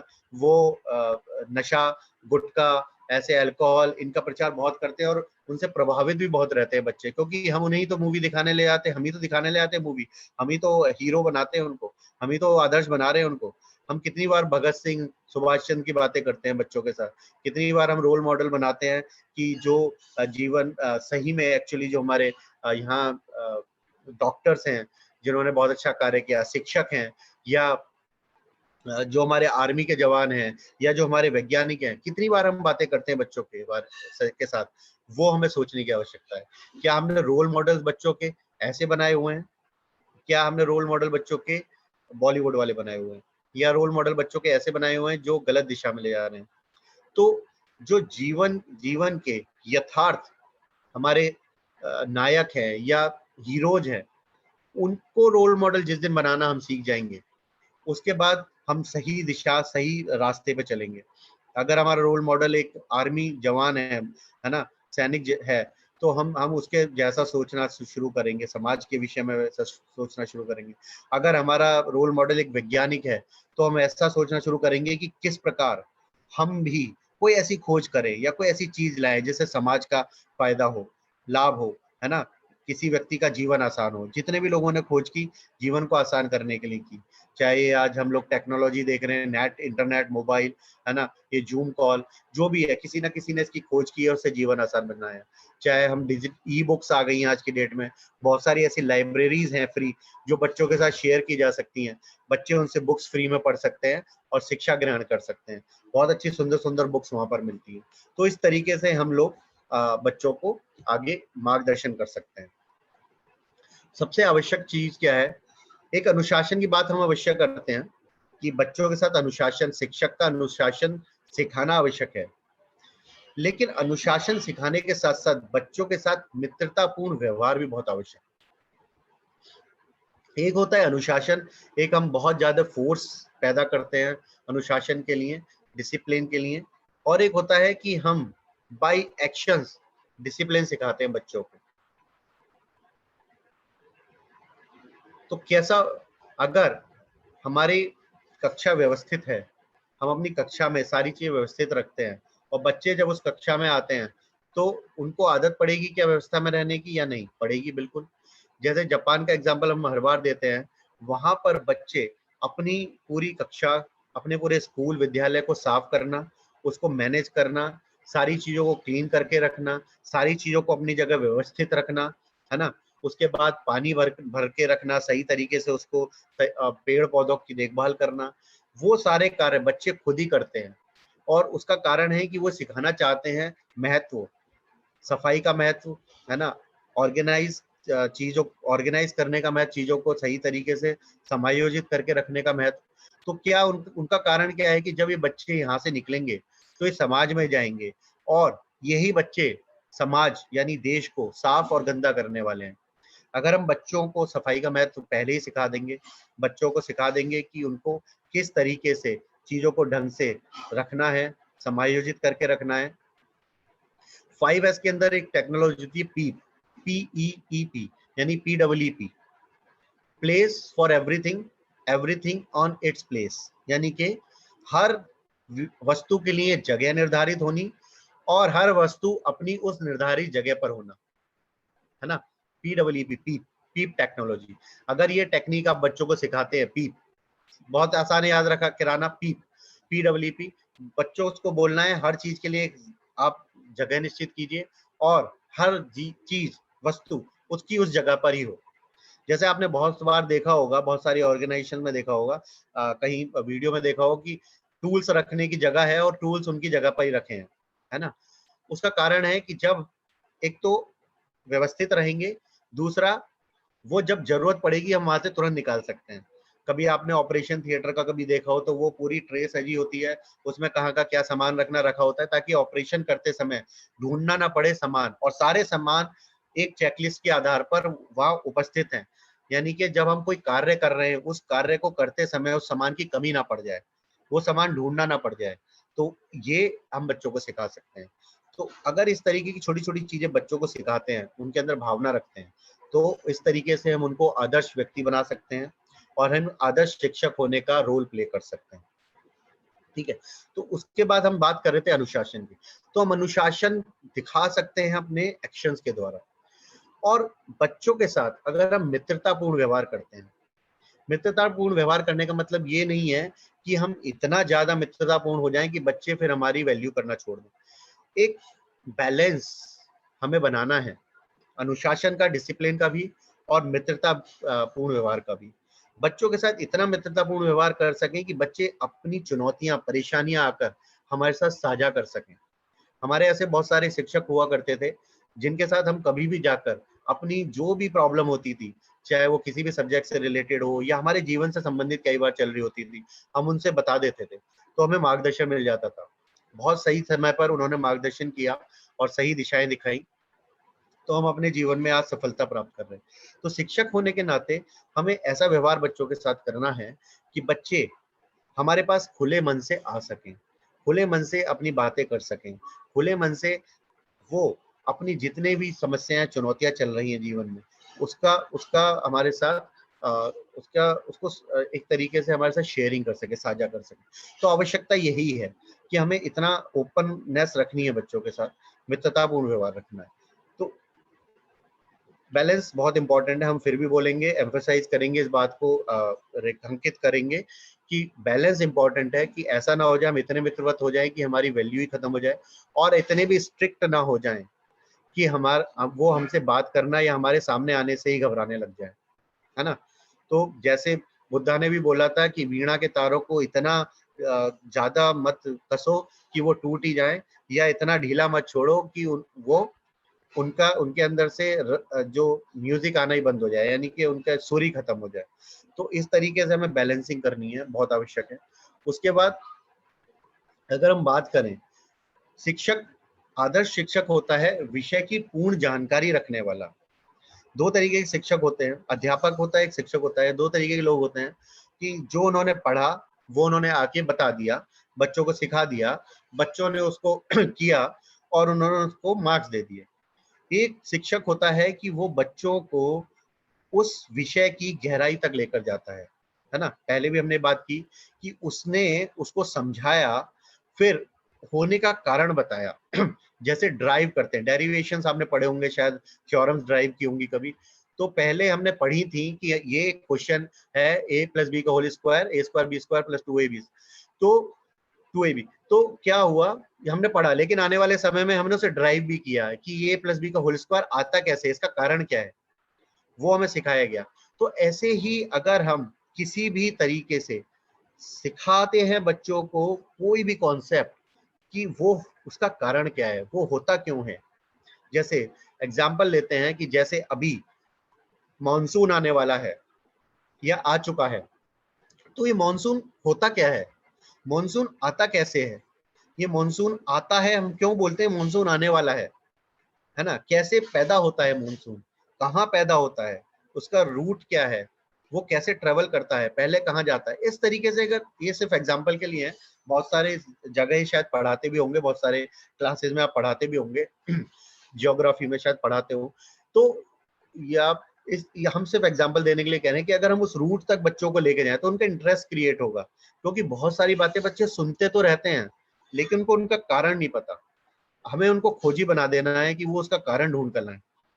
हमें असाइनमेंट ऐसे देने बच्चों को कि वो ढूंढ कर लाएं, ना कि सिर्फ माता पिता की मदद लेके कुछ बना कर लिए हैं। हमारा उद्देश्य ये नहीं है कि वो बना कर लिया और हमें दिखा दें और हम सजा दें या मार्क्स दे दें। हमारा उद्देश्य है कि वो उसके माध्यम से उसको पूर्ण रूप से समझ सकें कि ये है क्या, कैसे आया, कैसे पैदा हुआ, इसका रूट कॉज क्या है, इसकी जड़ें क्या है। जब वो समझना सीखना सीख जाएंगे तो उनकी जिज्ञासा प्रवृत्ति पैदा होगी, और जिज्ञासा प्रवृत्ति हम पैदा तो नहीं कह सकते, बढ़ाएंगे, क्योंकि जिज्ञासा प्रवृत्ति हमारे अंदर डाली हुई है बाय बर्थ। हमें हमारे अंदर जिज्ञासा प्रवृत्ति है। किसी भी बच्चे की, आप छोटे बच्चे को देखो, वो कहीं ना कहीं कुछ ना कुछ ढूंढता ही रहेगा, करता ही रहेगा, क्योंकि उसके अंदर जिज्ञासा प्रवृत्ति है ना। हमारे अंदर बचपन से ही घूमने फिरने की प्रवृत्ति है। बच्चे को देखो, कैसे ही बाहर जा रहे हो आपके साथ चलने के हमेशा तैयार रहेगा। तो ये बाय डिफॉल्ट फैक्ट्री सेटिंग है हमारे अंदर, बाय डिफॉल्ट, कि हम घूमना पसंद करते हैं, हम ढूंढना पसंद करते हैं, जिज्ञासा हमारे अंदर। उस प्रवृत्ति को हमें उभारना है। रचनात्मकता, जो बात करते हैं हम रचनात्मक होने की, वो प्रवृत्ति भी हमारे अंदर बाय डिफॉल्ट होती है। बस उसे हमें उभार कर लाना है कि वो प्रवृत्ति हम बाहर कैसे ला पाए। ठीक है, तो कैसे हम लोग उस प्रवृत्ति को पैदा कर सकते हैं, तो उसके लिए हमें उस विषय की पूर्ण जानकारी होना आवश्यक है शिक्षक होने के नाते। तो अगर हम उस विषय की पूर्ण जानकारी रखते हैं, बच्चों के साथ हम उसको शेयर करते हैं, साझा करते हैं, तो उस तरीके से बच्चे हमारे साथ बहुत ही इंटरेस्टिंग वे में, है ना। जैसे आपने 3 इडियट्स देखी थी मूवी, है ना, उसने कैसा स्कूल विद्यालय खोला था जिसमें बच्चे कर करके सीख रहे थे। बच्चे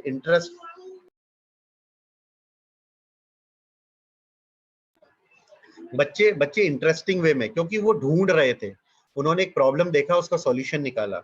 उसने एक प्रॉब्लम देखा कि चलो मैं साइकिल से एक आटा चक्की बना सकता हूँ, साइकिलिंग भी करो। और आज की डेट में बहुत सारी कंपनीज ने इसका एक हाइब्रिड मॉडल निकाल दिया। शायद आपने ऐड में भी देखा होगा, देखा आपने ऐड में कि एक साइकिल बना दी उन्होंने, अब उस पर एक्सरसाइज भी करो, है ना, फिर आप कैलोरीज बर्न कर रहे हो और उसमें आप आटा भी निकाल सकते हो गेहूं डालकर, है ना। पहले शर्म आती थी आटा पीसते हुए, है ना। सबसे पुराने जमाने में हमने दादी और अपनी माताश्री को देखा है, हमारी चक्की हुआ करती थी, उसमें वो आटा पीसा करते थे या बहुत सारे अनाज पीसा करते थे, और आज की डेट में शर्म आने लगी लोगों को वही कार्य करते हुए। लेकिन जिम में साइकिल कर सकते हैं हम लोग, लेकिन साइकिल चलाते हुए शर्म आती है। ये विचार का फर्क है, बस सोच का फर्क है। लेकिन अभी 25,000 रुपए की साइकिल वो बेच रहा है कि भाई आप साइकिल चलाओ, कैलोरी बर्न करो और आटा भी पीसो, तो लोग खुशी खुशी ले आएंगे। चलो ये अच्छी बात है, इनोवेशन है कि हम आटा भी घर में पीस सकते हैं और कैलोरी बर्न कर सकते हैं, ठीक है। तो कहने का मतलब हम ये समझाना चाह रहे थे कि इनोवेशन अगर बच्चे करना सीख जाते हैं तो हम शिक्षक के रूप में सफल हो जाते हैं। हमारा कर्तव्य ही ये है कि बच्चे उस ज्ञान को, क्योंकि देखिए हुआ क्या, मैकाले जब लाया ये शिक्षा नीति, हम इतिहास में जाते हैं तो मैकाले ने जाके एक बहुत बड़ा पत्र लिखा दिया और संसद, ब्रिटेन की संसद में उन्होंने पूरा विचारधारा बताई कि क्यों हम सफल नहीं हो रहे हैं, क्यों हम सफल नहीं हो पा रहे हैं ये राज करने में। तो बताया गया, उन्होंने पूरा लिखा, मैंने भारत भ्रमण किया, पूरा भारत घूमा, मुझे एक भी भिखारी नजर नहीं आया, एक भी भिखारी नजर नहीं आया। मैं पूरा भारत घूमा, मैंने वहां साझा चूल्हा होने की परंपरा देखी, यानी कि जो भी लोग हैं पूरे मोहल्ले के लोग एक साथ मिलकर खाना बना रहे हैं और हंसी मजाक मस्ती कर रहे हैं, गाना गा रहे हैं, म्यूजिक डांस हो रहा है वहां पर, और सब एक दूसरे मिलकर रहते हैं, एकजुट होकर रहते हैं, ठीक है। और हमने वहां देखा कि वहां गुरुकुल परंपरा इतनी स्ट्रांग है कि बच्चे चले जाते हैं छोटे, 5 साल 4 साल 5 साल के, 13 14 15 16 साल 17 18 साल के होने पर वापस आते हैं, वो गुरु के साथ ही रहते हैं। गुरु शिष्य परंपरा इतनी स्ट्रांग है, तो इतने संस्कार और संस्कृति इतने स्ट्रांग रूप से डाली गई है, इसको तोड़ना है। इसको तोड़ने के लिए क्या करना होगा, एक तो गुरुकुल परंपराएं, यानी जितनी भी गुरुकुल चल रहे हैं उनको हमें अनऑथराइज करना होगा, इलीगल करना होगा, उन्हें बंद करना होगा। बहुत सारे गुरुओं ने फिर भी गुरुकुल चलाने की कोशिश की, है ना, उन्होंने, लेकिन उन्हें इलीगल किया गया, उन्होंने बहुत सारे दंड भी सही, लेकिन बहुत सारे गुरुओं ने चलाया, बहुत सारे बंद हो गए। तो और हमें एक ऐसी शिक्षा नीति लानी होगी जिसमें सोच खत्म हो जाए, यानी कि मानसिक विकास बंद हो जाए, और वो सिर्फ हम जो चाहें वो पढ़ें और उसी को आगे लेकर जाएं, और हमारे लिए क्लर्क पैदा हों, यानी कि हम जो इंग्लिश में बातें और लिखते हैं, पढ़ना कार्य करते हैं, सिर्फ वो समझें और सीखें और वो ही करें। हम हमें सिर्फ रिपोर्ट बना के दें, डेटा बना के दें, हमारे कार्य करें, डेली के बही खाते लिखें, और सोच बंद हो जाए, क्रिएटिविटी बंद हो जाए, रचनात्मकता बिल्कुल ना रहे। और ऐसी ही शिक्षा नीति चली आ रही है, और ऐसी ही शिक्षा नीति को हम फॉलो करते हुए हम इंजीनियर बनाना चाह रहे हैं। आज की डेट में सरकारों ने समझा है इस बात को, और अपनी लोकल लैंग्वेज में आप पढ़ सकें ऐसी शिक्षा नीति ला रहे हैं। तो जर्मनी है, चाइना है, यूरोपियन कंट्रीज हैं, ये अपनी भाषा में इंजीनियरिंग कराते हैं, ये अपनी भाषा में रिसर्च करने की परमिशन देते हैं, ये अपनी भाषा में वर्ल्ड की जितनी भी अच्छी बुक्स हैं वो प्रोवाइड कराते हैं। तो हमारे यहाँ क्या होता है, अच्छी बुक्स इंग्लिश में पढ़ने को मिलेंगी, बहुत सारे ऐसे बच्चे जो इंग्लिश पढ़ या समझ नहीं पाते वो वंचित हो जाते हैं। तो ये हमें समझने की आवश्यकता है कि हम अपनी ही भाषा और संस्कृति के साथ अगर आगे बढ़ते हैं, उसको ठोस रूप से आधार बनाते हैं, तो बहुत अच्छे तरीके से हम बच्चों के अंदर ये भावना पैदा कर पाएंगे कि हम कैसे आगे बढ़ सकते हैं, रचनात्मक कार्य कर सकते हैं, रचनात्मक सोच ला सकते हैं और नई नई चीजें खोज सकते हैं, इन्वेंशन कर सकते हैं।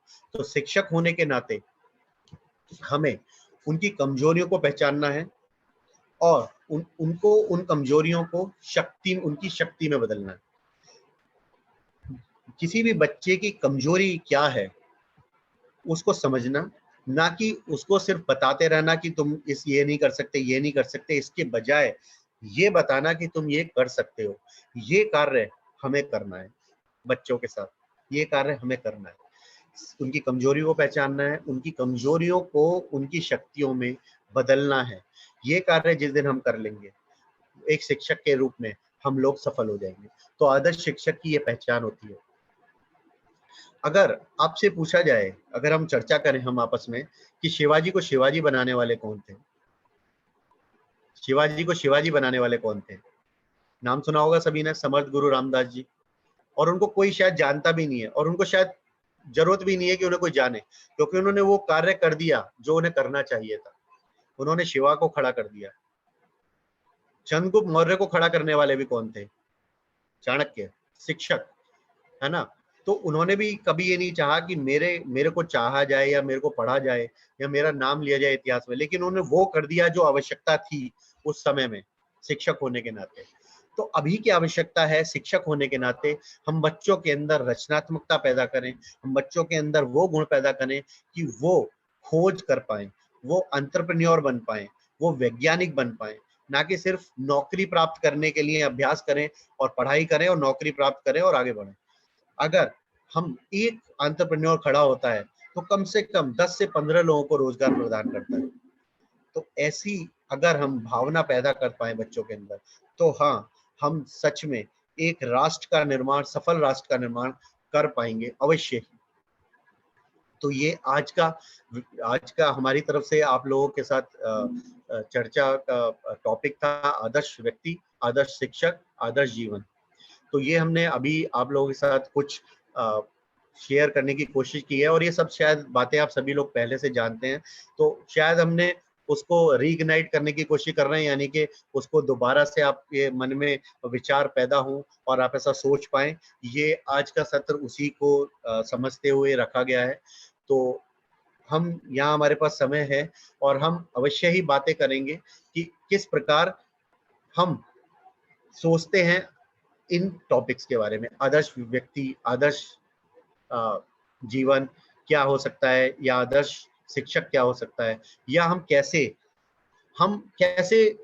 एक आदर्श व्यक्ति के रूप में, आदर्श शिक्षक के रूप में समाज या परिवार में योगदान कर रहे हैं। तो हम सभी का स्वागत करेंगे, वेलकम करेंगे सभी को कि आप अवश्य अपनी बातें करें, क्योंकि एक दूसरे को सुनने से ही हमारे मन में एक ऊर्जा का संचार होता है, सकारात्मक सोच हमारी विकसित होती है। सभी की बातें हम जब पढ़ते हैं तो हमें बहुत ही अच्छी अनुभूति होती है कि आप इतना सुंदर तरीके से सोच कर लेकर रहे हैं।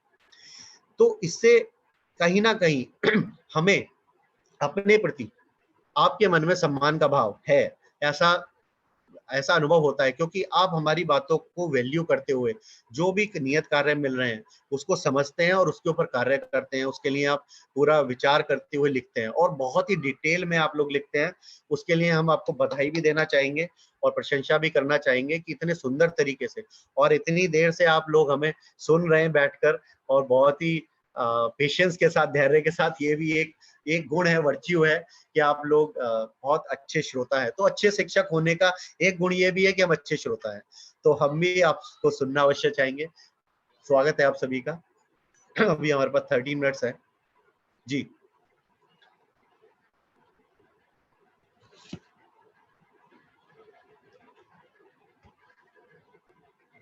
कौन मित्र हमारे साथ सबसे पहले चर्चा करना चाहेंगे?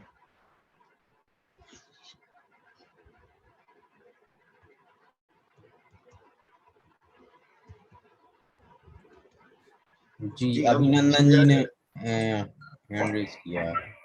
हाँ जी सर, नमस्ते। मैं आपका। सर अभी ट्रेन में हूँ और आपकी बातें सुन रहा हूँ, बड़ा मजा आ रहा है और अच्छा लग रहा है। और मुझे अच्छा लगा कि मैंने कोशिश किया कि पूरा सेशन आपके साथ बना रहूं।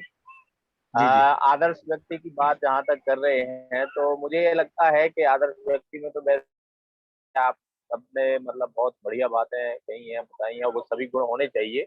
लेकिन मेरी नजर में सबसे ज्यादा जो बात है वो ये होनी चाहिए कि एक आदर्श व्यक्ति को अनुकरणीय होना चाहिए। मतलब जो दूसरे हैं वो उसका अनुकरण करें।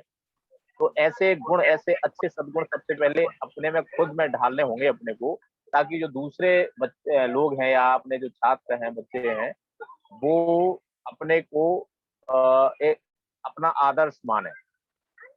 हमें अपना आदर्श माने और अपने अनुसार करें, और नेचुरली वो गुण अच्छे गुण होना चाहिए। ऐसे नहीं कि हम भी जो है मालूम चला कि यदि सिगरेट पी रहे हैं या गुटखा खा रहे हैं तो बच्चे भी फिर उसको वैसा अनुकरण करेंगे। तो ऐसा ना हो करके जो सद्गुण हैं, अच्छे गुण हैं, वो अच्छे गुण होना चाहिए, और नेचुरली यदि हम ऐसा करेंगे तो बच्चे अपने आप उसका अनुकरण करेंगे। और तो सारे गुण अच्छे माने होने चाहिए। एक अच्छे आदर्श व्यक्ति को एक सच्चा व्यक्ति होना चाहिए, झूठ नहीं बोलना चाहिए, मतलब जो किसी तरह के अवगुण उसमें नहीं होना चाहिए, यदि हैं तो उनको जल्दी त्याग देना चाहिए। मतलब और सारी बातें तो है ही है मेरे ख्याल जी जी, इतना ही कह रहा हूँ। बहुत बहुत धन्यवाद अभिनंदन जी। बहुत सही बात कहा कि हमें रोल मॉडल बनना है बच्चों का, और बच्चे हमें देखते ही सीखते हैं। तो उस तरीके से हमें व्यवहार करना है जिससे बच्चे देखने के बाद हमसे कुछ ना कुछ प्रेरणा लें। बहुत बहुत सुंदर बात कही आपने, धन्यवाद जी। रविशंकर जी शर्मा जी, आपको आमंत्रित करेंगे हम। नमस्ते सर। नमस्ते सर। हाँ जी, क्षमा चाहूंगा जरा 20 मिनट बाद आप लोगों से जुड़ पाया। जैसे एक आदर्श शिक्षक जरूरी नहीं है कि आप अपने बच्चों को ये शिक्षा दें। जैसे बागवान मूवी आपने देखी होगी, बागवान, तो उसमें अमिताभ बच्चन ने एक पॉलिश कर रहा था शूज पर, उसको वहां से उठाकर स्कूल में उसका दाखिला करवा दिया, तो वही लड़का एक बहुत अच्छा इंजीनियर बन जाता है। हाँ जी। बनने के बाद उसके जो वास्तविक बेटे थे, उन्होंने उन दोनों को 2 भागों में बांट दिया था। माँ को कोई और रखता था, पिता को कोई और रखता था। 6-6 महीने का ऐसा कोई उन्होंने अल्टरनेट बना रखा था। बाद में जब वो गाड़ी देखने जाते हैं तो वहां उस बच्चे से उनका मिलाप होता है जिस बच्चे को उन्होंने पॉलिश करने से उठाकर एक अच्छे स्कूल में दाखिला दिलाया था। तब मुझे वहां बहुत अच्छा लगा कि जो उनके वास्तविक पुत्र थे, जो उन्होंने उसके लिए सब कुछ किया, उन्होंने उसका साथ छोड़ दिया, और जिन्होंने उसको सहयोग किया वह उनको भगवान की तरह पूजता था। तो वहां उनको ले जाता है और उनको अपने घर ले जाता है, उनकी बाकायदा भगवान की तरह पूजा करता है। तो उन्होंने वास्तव में एक आदर्श व्यक्ति या आदर्श शिक्षक जैसे कार्य किया कि हम जरूरी नहीं कि अपने बच्चों के लिए ही कार्य करें, हम हमारे लिए दूसरों के लिए भी देखें। अगर वह पढ़ना चाहता है तो हम उसकी हेल्प करें और उसे उस जगह पहुंचाएं जहां का वो हकदार है। ऐसा उन्होंने किया, मुझे बहुत अच्छा लगा। तो मैं सभी शिक्षकों से यही चाहूंगा, जो भी कमजोर वर्ग के बच्चे हैं, वास्तव में उनके पेरेंट्स ईमानदार है और फीस नहीं दे सकते, बुक्स नहीं लेवा सकते, और उसकी पढ़ाई में जो जो समस्याएं हैं या कोचिंग की फीस नहीं दे सकते, तो अपनी कोचिंगों में 100 बच्चे पढ़ाते हैं तो 2-4 बच्चे फ्री भी पढ़ा दे, तो इससे आप मुझे नहीं लगता कि बहुत ज्यादा आपको प्रॉब्लम होगी। तो कुछ हमारे लिए अपने को कुछ भगवान के लिए कुछ सदकर्म भी करना चाहिए, कमाने के लिए ही प्रयास नहीं करना चाहिए। ऐसे बच्चों को जैसे एडमिशन दिला दिया, बुक्स दिलवा दी, उसको फ्री कोचिंग करवा दी उसको, या अपन उसको फ्री पढ़ा दो। जरूरी नहीं कि आप दूसरी कोचिंग में उसका एडमिशन करवाओ, आप पर जो सब्जेक्ट बनता है आप उसको फ्री में पढ़ा दो, तो ये होगा। और यह एक आदर्श शिक्षक के लिए सबसे अच्छा कार्य माना जाएगा। और आदर्श शिक्षक तो मतलब शिक्षक की क्या कहा जाए, मतलब शिक्षक के लिए तो सूर्य की प्रेरणा दी गई है। मतलब जिस प्रकार पृथ्वी पर सूर्य आता है तो पूरी पृथ्वी को उजाला देता है, तो वैसे ही शिक्षक है। जरूरी है कि हम अपने बच्चों को ही उजाला दें, या जो हमें फीस देते हैं हम उनको ही ज्ञान दें, कुछ निःशुल्क ज्ञान भी वितरित करें। माना कि आज की मतलब महंगाई में इनकमिंग जरूरी है, मान लिया, वो एक अलग बात है। उसके बाद भी हम अगर फ्री में कुछ काम करें, जैसे अभी आप JSS संस्था चलाते हैं, इससे आपको हार्डली मैं आपको बहुत बहुत धन्यवाद दूंगा कि बहुत सी ऐसी चीजें हमको सीखने को मिली कि वास्तव में सर हम आपको बता नहीं सकते। ना तो हम आपको कुछ दे रहे हैं, आप कितना हमसे विनम्र निवेदन करते हैं, आप हमसे जुड़िए, आप हमको बोलना सिखाया। आपने पहले भी कार्य दिया था कि आप आसपास के जितने भी अधिकारी हैं उन लोगों से मीटिंग करें, बैठे तो आपको अच्छा लगेगा। पर डे का जो होमवर्क देते हैं, और आज का जो आपने वीडियो डाला था, वो मूवी का वीडियो तो मुझे बहुत ही ज्यादा हर्ट कर गया। तारक मेहता का चश्मा का जो आपने वीडियो डाला था, कि अपने बच्चे की भी बात को सुनना चाहिए। आप जरूरी नहीं उसको डांटते ही जाएं या सिर्फ नंबरों के लिए ही पढ़ाएं। हो सकता है उसको कोई प्रॉब्लम हो, प्यार की जरूरत हो, प्यार से उसको दे तो वो वास्तव में अच्छा बन सकता है। या नंबरों के लिए ही बच्चों को नहीं डांटना चाहिए। आपने देखा होगा 3 इडियट में रणछोड़ दास था, सबसे पीछे बैठता था और वो बहुत अच्छा इंजीनियर बना। तो हमें प्रैक्टिकल सिखाना है बच्चों को। आपका बहुत बहुत धन्यवाद सर। मुझे आपसे जुड़कर बहुत अच्छा लग रहा है सर। धन्यवाद सर आपको। बहुत बढ़िया रवि जी, आपने बहुत बढ़िया बात बताई, मन से बोले आप। अवश्य हम जैसे भी किसी भी तरह की से कर सकते हैं ना कंट्रीब्यूशन, वो करते चलना है बस। सोचना नहीं है, खुले मन से अपना अपना कार्य करते चलना है। और अब देखिए ना, आप सब लोग हमसे जुड़े हैं तो आप कहीं ना कहीं कई सौ लोगों को फायदा पहुंचाने वाले हैं। तो एक व्यक्ति, हम आज 500 टीचर्स साथ जुड़े हुए हैं, तो आप 500 टीचर्स अगर आने वाले समय में 50,000, 1 लाख, 2 लाख बच्चों को पढ़ाने वाले हैं, तो देखिए कितना बड़ा प्रभाव आने वाला है। और एक ही व्यक्ति से शुरुआत एक से हुई है, लेकिन आने वाले समय कितना बड़ा हो जाएगा ये। तो ऐसे ही समाज और देश का चरित्र बदलता है। तो शिक्षक होने के नाते बहुत आवश्यक है। जी, आगे हमारे कौन मित्र हैं जो बोलना चाहेंगे? सभी का स्वागत है, मंच अपना है, सभी बोलिए अवश्य।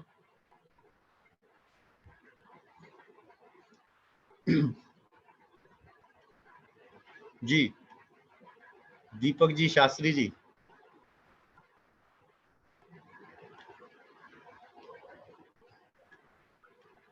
जी जय जिनेंद्र। यदि जय अन्य जिनेंद्र। कोई बोलना चाहे तो मेरा पहले निवेदन है, यदि आप में से और कोई बोलना चाहे तो 5-7 मिनट है अभी। मैं तो बोलता ही रहता हूँ दीपक जी के कहने पे, बाकी सुनने में ज्यादा अच्छा लग रहा है मुझे। मैं बोलूंगा 2-3 धन्यवाद। मिनट, लेकिन यदि और कोई बोलना चाहे तो पहले बोल सकता हमें है। भी सुनना अच्छा लगता है, इसलिए हम चाह रहे हैं।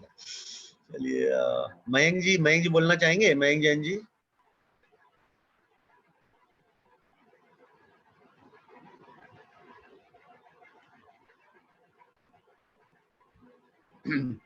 दीपक जैन जी।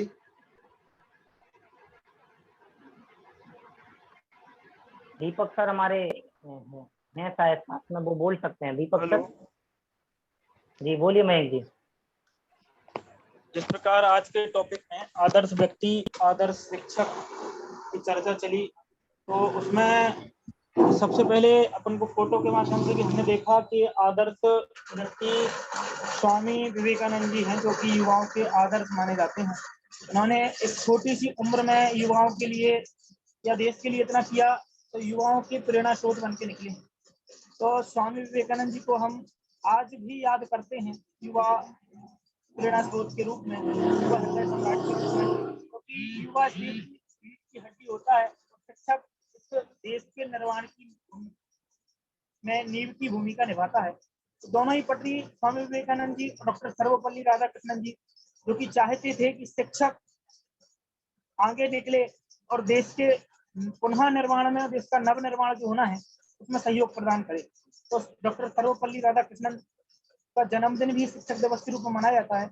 और अच्छा व्यक्तित्व अगर हम कहें तो स्वामी विवेकानंद, जैसे कि आपने सर्वप्रथम सवाल पूछा हुआ था कि व्यक्ति का हम पहचान कैसे कर सकते हैं, अच्छे व्यक्तित्व की, अच्छे व्यक्ति की पहचान।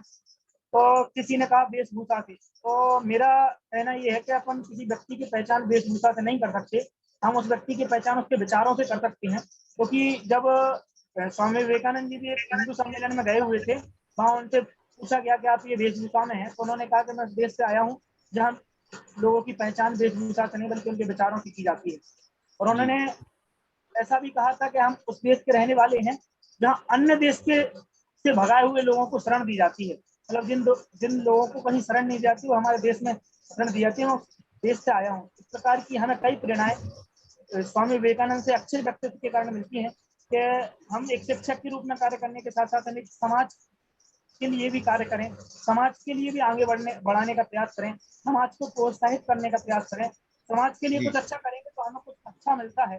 समाज को कुछ, समाज के लिए या अपने धर्म के लिए या अपने परिवार के लिए, अपने देश के लिए कुछ करने से हमें एक आनंद की अनुभूति होती है। क्योंकि अगर हम अपने समाज के लिए, अपने देश के लिए कुछ करते हैं तो उसके बदले में हमें प्रोत्साहन मिलता है और हमें कुछ ना कुछ नया सीखने को मिलता है।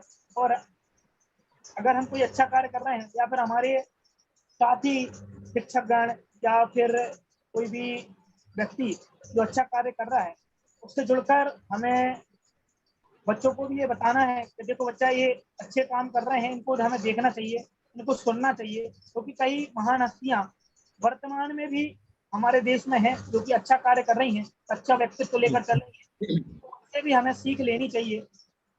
हमारे देश में कई महान विभूतियां अभी भी हैं और पूर्व में भी भगत सिंह, सुखदेव, राजगुरु ने अपने देश के लिए अपने प्राणों का बलिदान हत्या कर दिया। तो इस प्रकार के भावना हम बच्चों में देशभक्ति की भावना भी प्रेरित कर सकते हैं। क्योंकि अच्छा व्यक्तित्व वही है जो अपने राष्ट्र और समाज, परिवार और प्रत्येक व्यक्ति से प्रेम करे, प्रत्येक व्यक्ति के प्रति परस्पर प्रेम की भावना रखे, एक दूसरे को सहयोग प्रदान करे, वह व्यक्ति मेरे हिसाब से अच्छा व्यक्तित्व प्राप्त कर सकता है।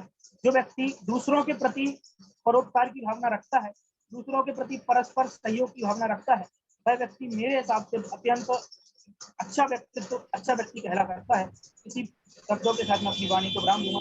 कुछ बहुत बहुत बढ़िया महेंगी, बहुत सुंदर अभिव्यक्ति की आपने, बहुत अच्छी बातें कही। तो इस प्रकार से हम लोगों की जो भी सोच है वो अगर हम सभी के साथ साझा करते हैं तो हम सभी को अपनी विचारधारा के साथ संबंधित कर पाते हैं। तो इसलिए बोलना आवश्यक है। सभी मित्रों से हमारी अपील रहती है, तो आउटपुट सेशन होगा जब, तो हम सभी अपनी बातें अवश्य रखें और सुंदर तरीके से अपने मन के भाव अवश्य रखें। तो अभी समय समाप्ति की ओर है। दीपक जी, आप कुछ बोलना चाहेंगे? शास्त्री जी जी 2 मिनट की मात्र लूंगा, अपना समय 9:30 हो चुका है, 9:32 पर खत्म करने की कोशिश करेंगे। बहुत बहुत धन्यवाद।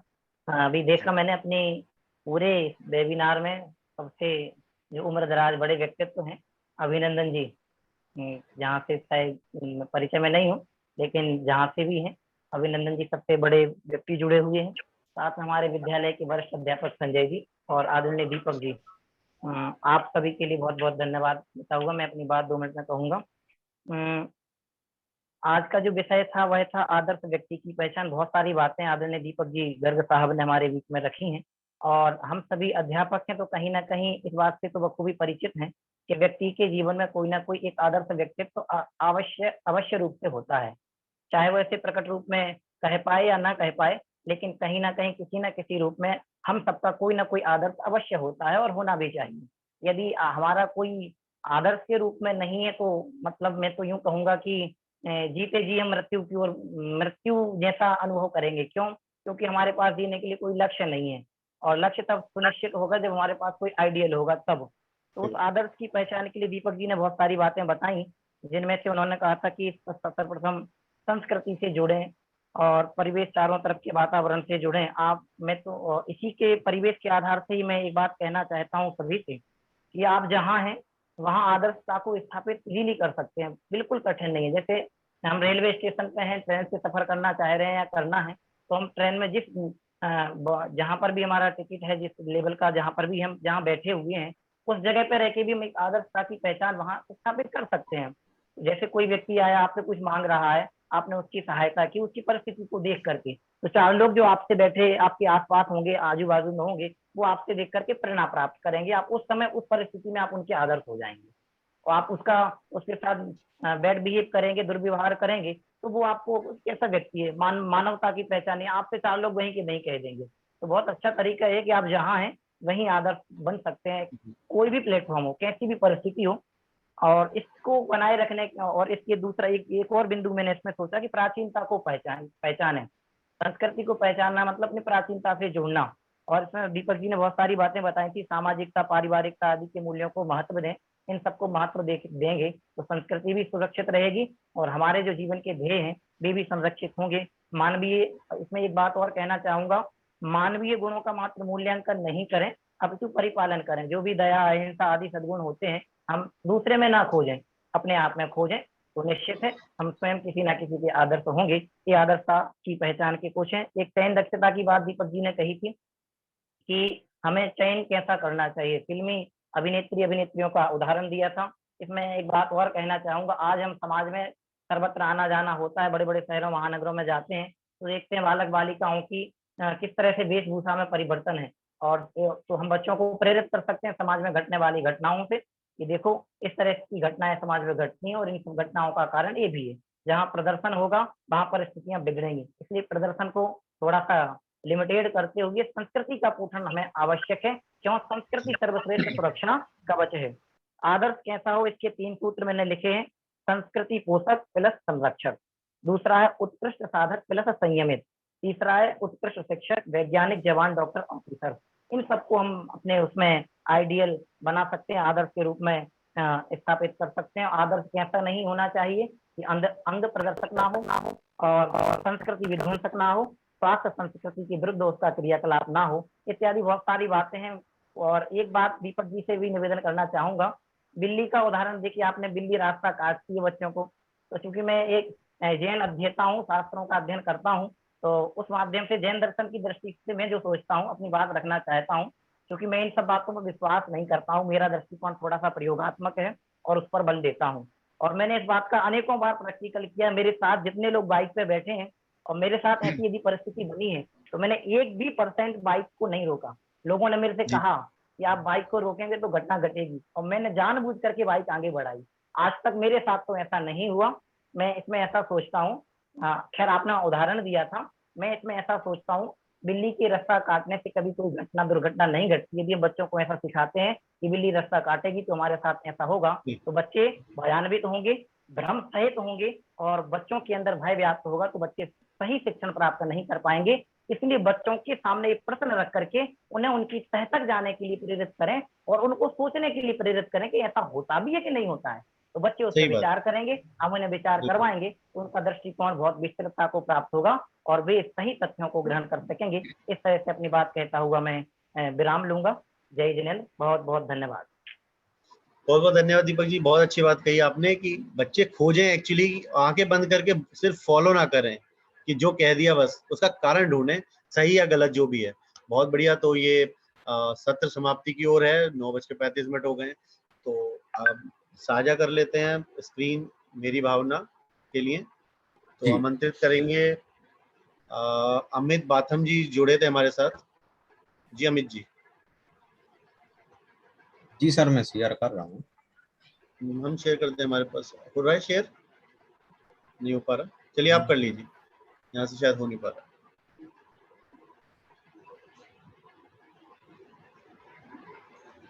जी आप कर लीजिए। हाँ मैं कर रहा हूँ।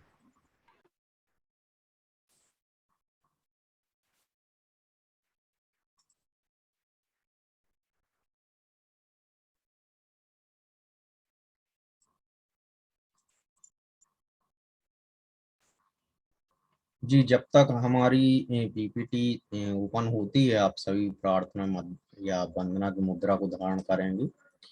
अमित जी या आदर्श जी, आप दोनों ही जन आज के महावीर वंदना का वाचन करेंगे। आदर्श जैन जी और अमित जी।